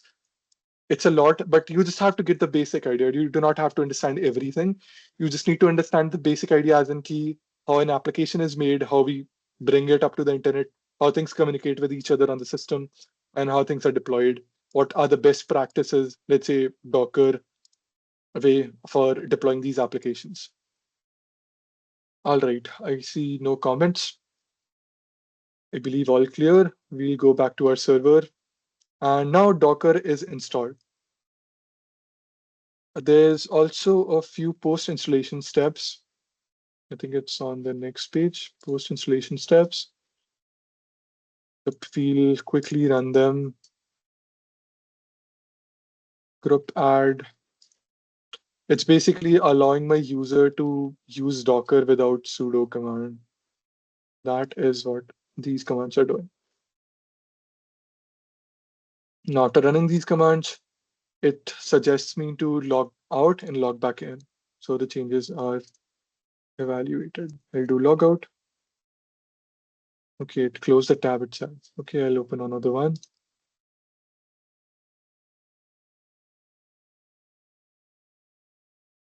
So when you're dealing with the servers, you need to be very good with the command line interface. You need to be very comfortable with it. You should be able to do anything that you can do on your system, like moving files, renaming files, deleting them, editing them, all of that. So, all right, I'll do it again. We have our smart file converter. Let's write a Docker file. Now, as you see, we have two different Docker images. So we'll be writing two different Docker files, one for frontend and one for backend. All right. So first we'll go to backend, and here we do not have a file. Let's create a file with touch command, touch Docker file. It does not have any extension, by the way. You just have to make it touch Docker file. I'll go nano Docker file. And now let's look at the diagram again. What was the first layer? The base image. Keep losing. All right. The base image. So we'll write from. So all the commands that we write for Docker should be in capital. From, we'll take Python latest. From where did we get this Python latest? I just looked up for Python Docker images, and here I have the name. It says Docker pull Python, so the image name is Python. Tags latest, you will find it in every image, but just for the sake, yeah, they have the latest tag here. So I'll pull the latest image. Let's look at the next layer. Add our application files. So for adding our application file, it should be copy, dot meaning everything in the current directory, to dot on the server. Now, before that, we'll also specify a workdir. A workdir meaning whatever we are copying to the inside the image, what should be the path? So let's say I'll do it in /app. So all the commands that I'm doing right now, it will do cd/app first and then run all these commands. So I'll copy everything in my backend to the server. I'll also write comments. Copy all the backend files to Docker image. Now let's see what's the next step is. Install our project dependencies. Now, since Install project.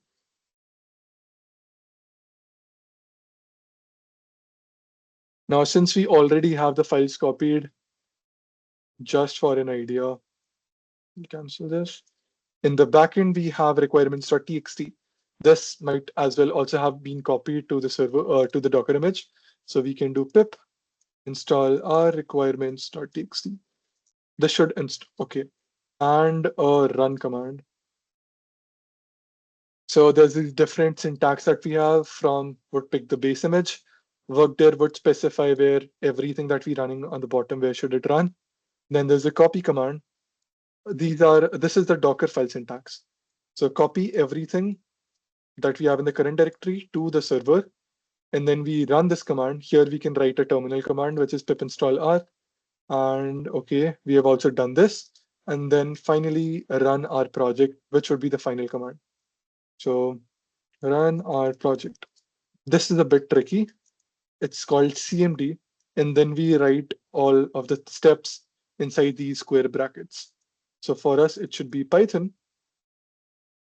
I'll write it here in brackets once so we can. So our command should be Python run main app.py, I believe. We'll check it once. Yep, it's app.py. Yeah, this should be the command. So we'll write it in an array format. This is what their syntax is, Python run, and then app.py. Separated by commas, of course. Now, if I run this instruction set, that should create me a Docker image, which has all of these, the entire layer. Now, did I define I'm also forwarding the port 8000? I can expose it. So before I run the final command, I can write expose 8000, which will basically open my port 8000. Open port 8000, containers port 8000 to the local host. Now I think looks fairly good. We can save it and we can try to run it. Now, how do you run a Docker file? You run it with Docker build. You're building the image. You're building this image from this Docker file, which is just a list of instructions. So Docker build -t title, I'll assign it backend, and then a dot command, meaning all the contents. Basically, you're running this build command in the current directory, so it will be able to pick up Docker file on its own. Now, if I write enter, Docker command not found, which is weird. Docker sudo docker. We don't have Docker installed.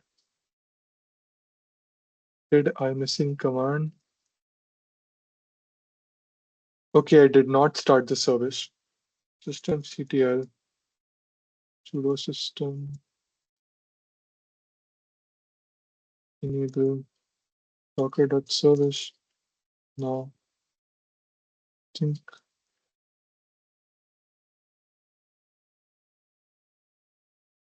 systemctl start docker.service.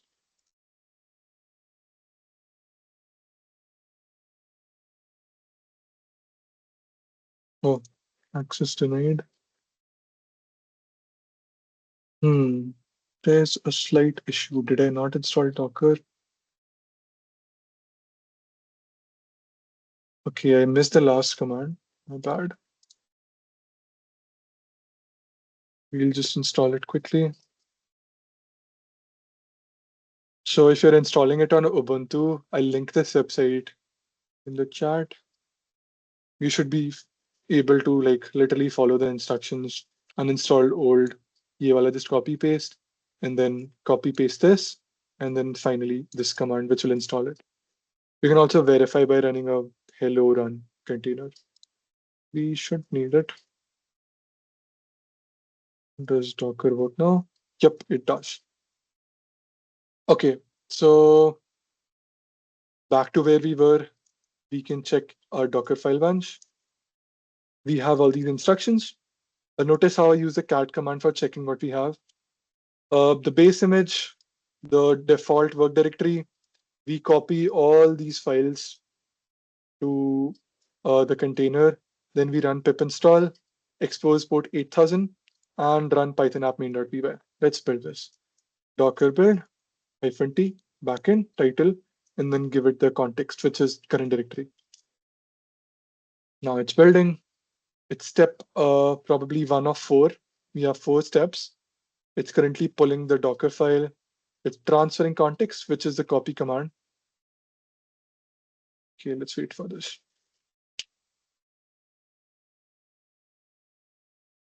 It will first download the base image that we had, the from syntax. It is pulled from Docker Hub directly.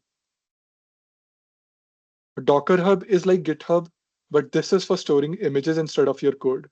So you can push your image, completed final project image to Docker Hub, and anyone can use Docker pull to pull the image directly and use it, either as a base image or as a final image as well. All right. Now, just to see, I'm not sure how much visible it is because of the colors, but the second command was workdir app. Then we copied everything. We ran pip install our requirements.txt, and then we have the run command, which did not run because we only created this backend image, did not run this image. Once we run it, it would turn into a container. All right. Now we can verify with the command called docker images. We have this image which is 1.27 GB big, and it has Python and all the dependencies. I just missed one thing. If you see, if you want to check file size or folder size, you can use this command du-sh and the folder's name. So I also copied this 110 MB ka vend, which is not required because we're installing it separately. I'll just remove it. So this is the remove command, rm. This works only for one file. Since this is a directory with multiple files inside it, I'll do recursive and then force. So it does not ask me to confirm for every file whether I want to delete it or not. So rm-rf venv. One more thing to note about this is that when we are running rm-rf, there's no recycle bin, so it directly deletes and you can never recover this back. All right, now if we build this image again, it should be a tad bit smaller because this folder will not be copied since we don't have it anymore.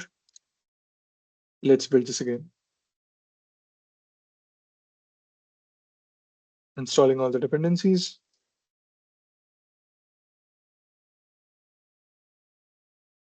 Exporting layers, and it's done. Let's check Docker images again. And yep, the new image that we created 4 seconds ago is like very slightly smaller. We will look later on how we can decrease the size because we do not need the image this big. We can shrink for our project. It should be relatively small, around 200, 300 MBs. That should be it. So we'll look at it, how we can do that later on. But let's go to our front end and also write one more Docker file for that. Now Docker RMI, which is remove images, image ID. I'll remove the previous image that we created. So if I do Docker images now, we just have one image. Backend latest. Yep. Now let's create one for frontend. Touch Docker file again. Nano Docker file. And now, since it's a node application, I'll have to check node Docker image, node official image. You should get it at hub.dockerhub.com. And again, this is also called node. I'll take whatever the latest version that they have. They have a latest tag. So from node latest, we'll set up a work directory. Let's call it app. And now we copy all the files, copy all the files. Then we install the dependencies. So we run a terminal command here, which would be npm I or npm install. Once the dependencies are installed, what we do is we run the application. Just to confirm all of the steps, we have the node latest images for the base image. We add all the application files with copy command, installed with npm I or npm install, and then run our project with npm run dev. I'll check if we have a better command to run it directly. ls nano package.json. Okay, I think the preview thing builds it and then runs it. So we'll do npm run preview.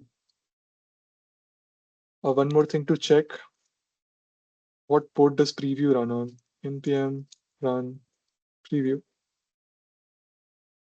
It runs at 4173. All right. Now, yep, the command is npm, again, in an array format separated by commas, npm run preview. All right, we'll save this file and again build this Docker image the same way that we did. Docker build -t. This one we would call front end and dot. Okay, one more thing. I'll do Control C. I should remove the node modules from here. I do not need them anymore. It will be installed fresh. We are pulling the node image, the base image first. It's saying it's pulling from Docker io/library node latest. Once the image is downloaded, set up a default directory, copy everything, run npm install, and then my image should be ready. If I do Docker images now, I have two images, one for frontend, 1.26 GB big, one for backend, 1.16 GB big, and now I can run the projects with the containers. All right, let's run the containers now. Okay, so as we talked about previously, when we pull the image from Docker Hub, we can either run them directly or use them as base image to create our own final images. So these images have base images Python, and then we added a few instructions on top with Docker file, and then we run the final image. All right, so we will need one more image if we want to containerize caddy as well. We'll need caddy Docker image.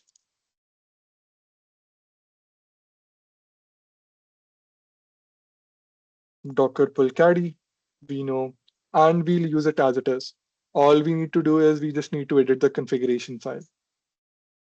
But all right, let's first run them one by one. Docker run frontend, and for exposing the ports, I'll pass hyphen. Okay, Docker run -p publish port 8. Okay, frontend was running on 4173. Publish 4173 on my host's 4173, so I can access it on localhost. And my image name, which is frontend. All right, I just run Docker image, and with the image name, I also forwarded the ports 4173. So it's running on my localhost 4173 right now. Let's do the same for backend as well. Docker images. Okay, I should log out this one as well. I'll open it again.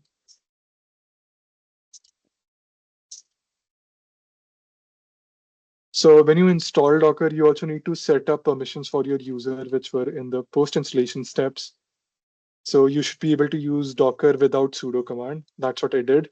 But after that, if you're running a Linux virtual machine, it may be necessary to restart the virtual machine for the changes to take effect.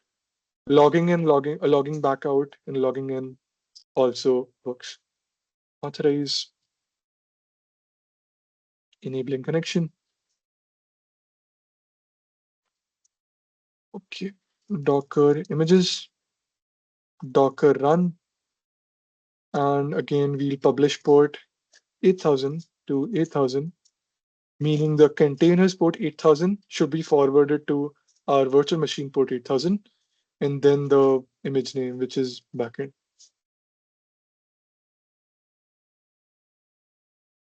Cannot open file app/run. All right, this is probably an instruction, a fault in our Docker file. We'll go to the app, smart file converter, cd backend. We need to run app.py. I'll go to nano Docker file, Did we run Python? Okay, Python does not have a run thing. I think that's where the problem is coming from. It's just Python app.py. I'll also modify the command. Yep. So now that we've made changes in the Docker file, we have to rebuild the Docker file. Docker build -t backend and dot.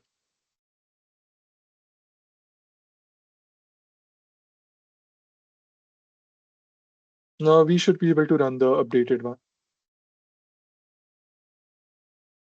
Or we'll get some issues if we have Docker run -p 8000 8000 and backend. Yep, our server is also running on port 8000 inside the container, and we have forwarded the port to the host, so we should be able to access it on the local host as well. Now let's go back to the web server configuration and change the front-end port to 4173. Our caddy file is in nano etc caddy file. Yeah, file is not writable because we did not open it with sudo. Another neat trick, if you are doing something and you forgot to add sudo, next time you can just write sudo exclamation mark, and it would run the previously run command with sudo permissions. So for frontend, it should be 4173. We save it and we reload our caddy server. Systemctl reload caddy. Again, should run with sudo. Caddy has been reloaded. And let's try to refresh the page. The page is not working. What could it be?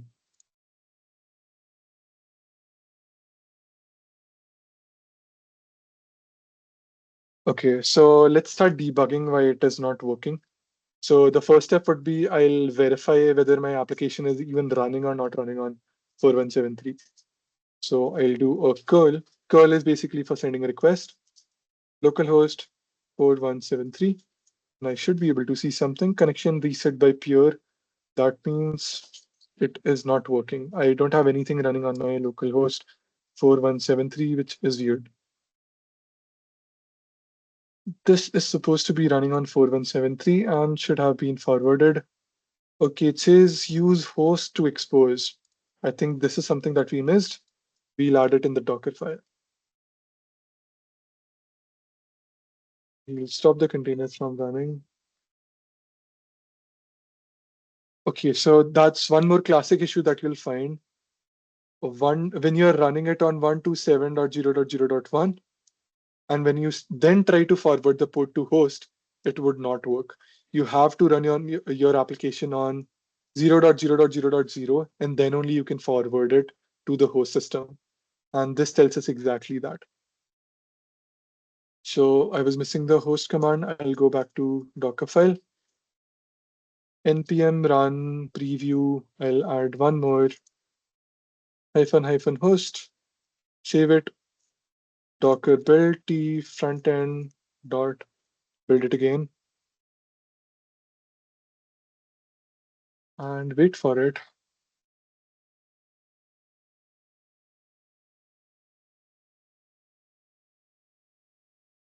And now let's run docker run p 4173 to :4173 and then frontend. Port is already allocated. So if I do docker ps, my frontend container is still running. I'll have to stop it. So this is the backend one. I'm assuming this is the frontend one. We can do docker rm-f and then this.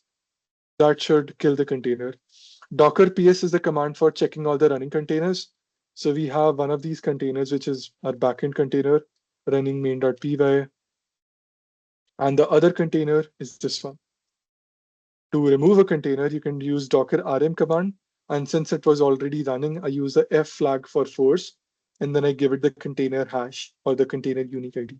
You can also give it the container name. That should also work. Okay, I should be able to run it now. Docker, I've already built it. Docker run 4173, 4173, and backend. All sorry, frontend. Okay, I've used host. I don't know why it's still warning me about it. We'll verify if we can still not do it. Okay, let's do one thing. Let's try testing it locally. So what I'll do is I'll do npm install.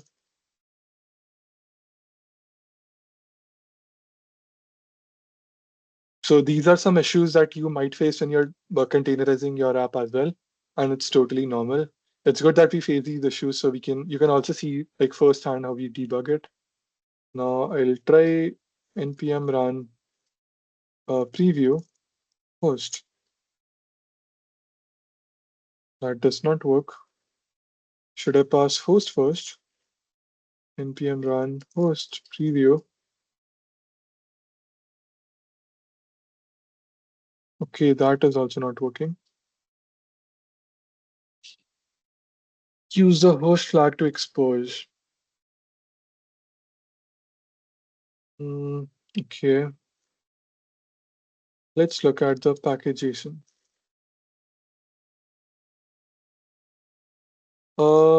Wheat preview. Let's try adding host यहाँ पे. That should work.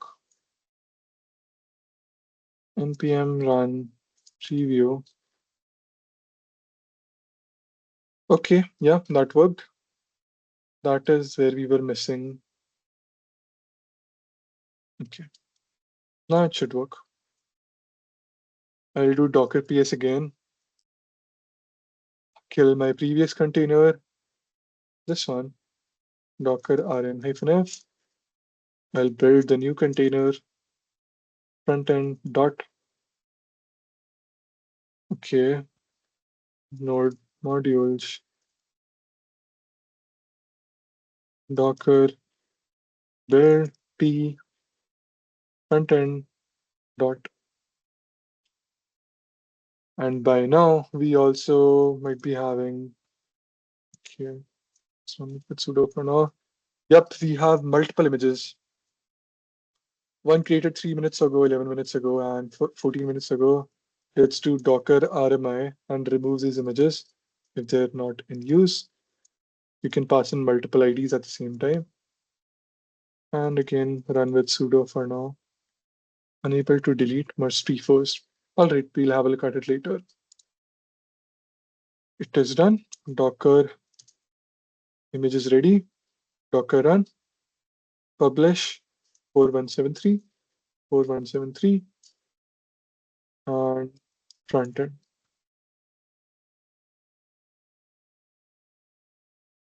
Unknown CLI config host. Okay, we forgot to remove it from the Docker file. It's just a warning, we can remove it later on. But just for the sake of completion, we can check if this is working now or not. All right, our website is working. Both the front end and back end are running inside Docker containers. And now once you put your project on GitHub, you can upload it alongside a Docker file.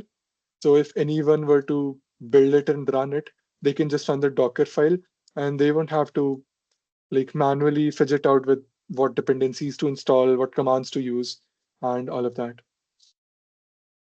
Now, we are already 10 minutes out of the time. I'll quickly cover one more thing, Docker Compose. This would allow us to run multiple Docker containers at the same time without using the Docker run command again and again. So that would be like one step closer to like automating a setup. Currently, I'll also write here to convert a Docker image, a Docker file to Docker image. What you do is Docker build a title of your image and then dot. Make sure you are in the correct folder where the Docker file is. This should make it into a Docker image.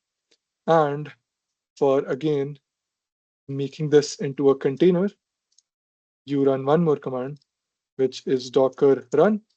If you want to publish any ports, you can enter port number here, port number, port number, and then the image name.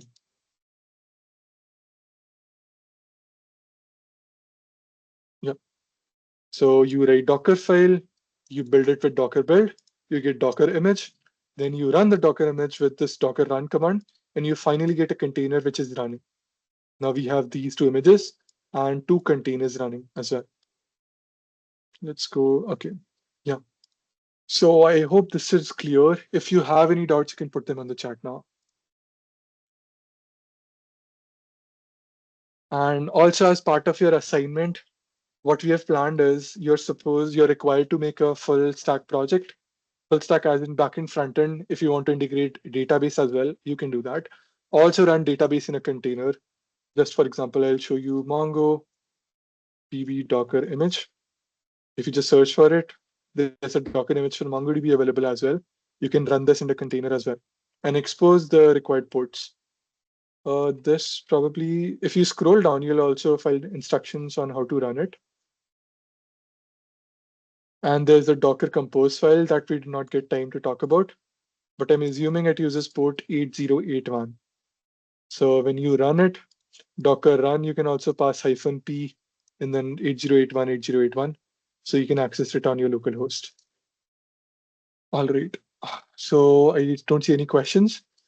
Let's proceed with assignment.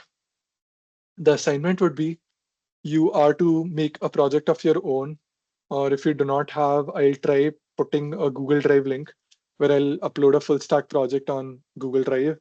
You're supposed to download it from Google Drive. You're supposed to make a GitHub repository, push it, make commit, like do initial commit, push it to the GitHub repository. If you need any changes, make them, commit them, push them again. Then make Docker files for front end, back end, and also for database if you have a database service running as well. And the next thing I want you to do is do Docker run, a Docker build first, create an image out of it, and then try running it on your system. So for any of you who are running on Windows, you might have a bit complex time installing Docker on your laptop. There's Docker Desktop. It is installed via WSL and all of that. And people running Linux, I think it's straightforward for them. They can directly just go to the installation page. It's fairly simple here. You'll find installation for Ubuntu, Debian, whatever distro you're using. And there's post installation steps. You'll find installation for Windows as well. Just watch a YouTube video and look it up. And for Mac, I think it is the easiest.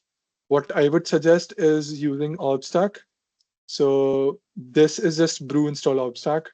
I'll leave the command brew install Obstack. It's just this command. And once you run this application, you can run all the Docker commands. It will basically install everything for you. So yep, that is for installing Docker. And if you also want to deploy one of your websites on the internet directly, like this, like what we have done, if I refresh, it should be it should be a full-fledged website right now. Yeah, I already have put the link in the chat. The next step would be to link it to a domain name. If you own a domain, for that you have to buy or rent a domain. That we can also discuss in later parts. But this is all you need basically, building your applications and how you can deploy it on a server. Again, if you really want to deploy it, you can go to cloud.google.com. You can have a free trial from here. You do not even need to have a credit or debit card for this. They have an option to authenticate with UPI. It will ask you to set up an autopay. Once you set it up, I think it's a 15,000 autopay. It will not deduct that money, but right after, like you're able to get in the trial, you can cancel it from your Google Pay or the UPI app that you use. And before 3 months, make sure you delete this Google Cloud account. Although they won't charge you directly, you need to explicitly enable the paid account, but just in case. So like this, you can do SSH and install all the requirements, clone your code here, and deploy your websites. So what I would recommend is you do all of this. You create a virtual machine, uh, clone your project, install Docker, all the dependencies, clone your project, deploy it. Even if you do not own any domain, you should have an external IP. They assign an external IP. Open your HTTP and HTTPS traffic. I'll go through it once more. Just click on your virtual machine, go to edit, scroll down. These are the only checkboxes that I've enabled. This should open port 80 and 443 on your container. Okay. Any doubts?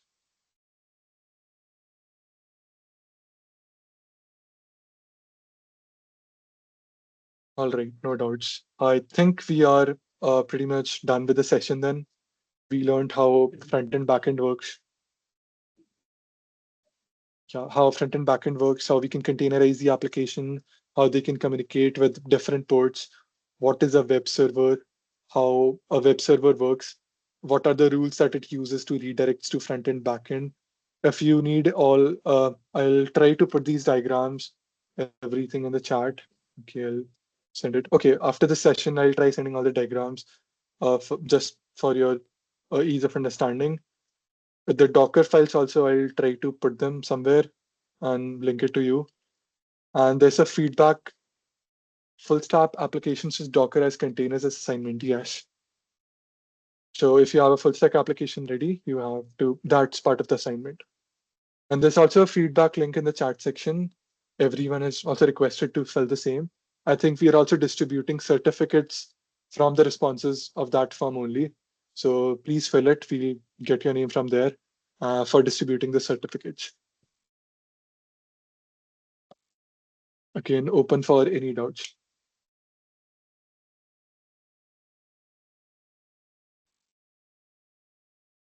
Students, if you have any doubts regarding this session, you can ask. You can put text in the chat box, or you can unmute yourself and can ask.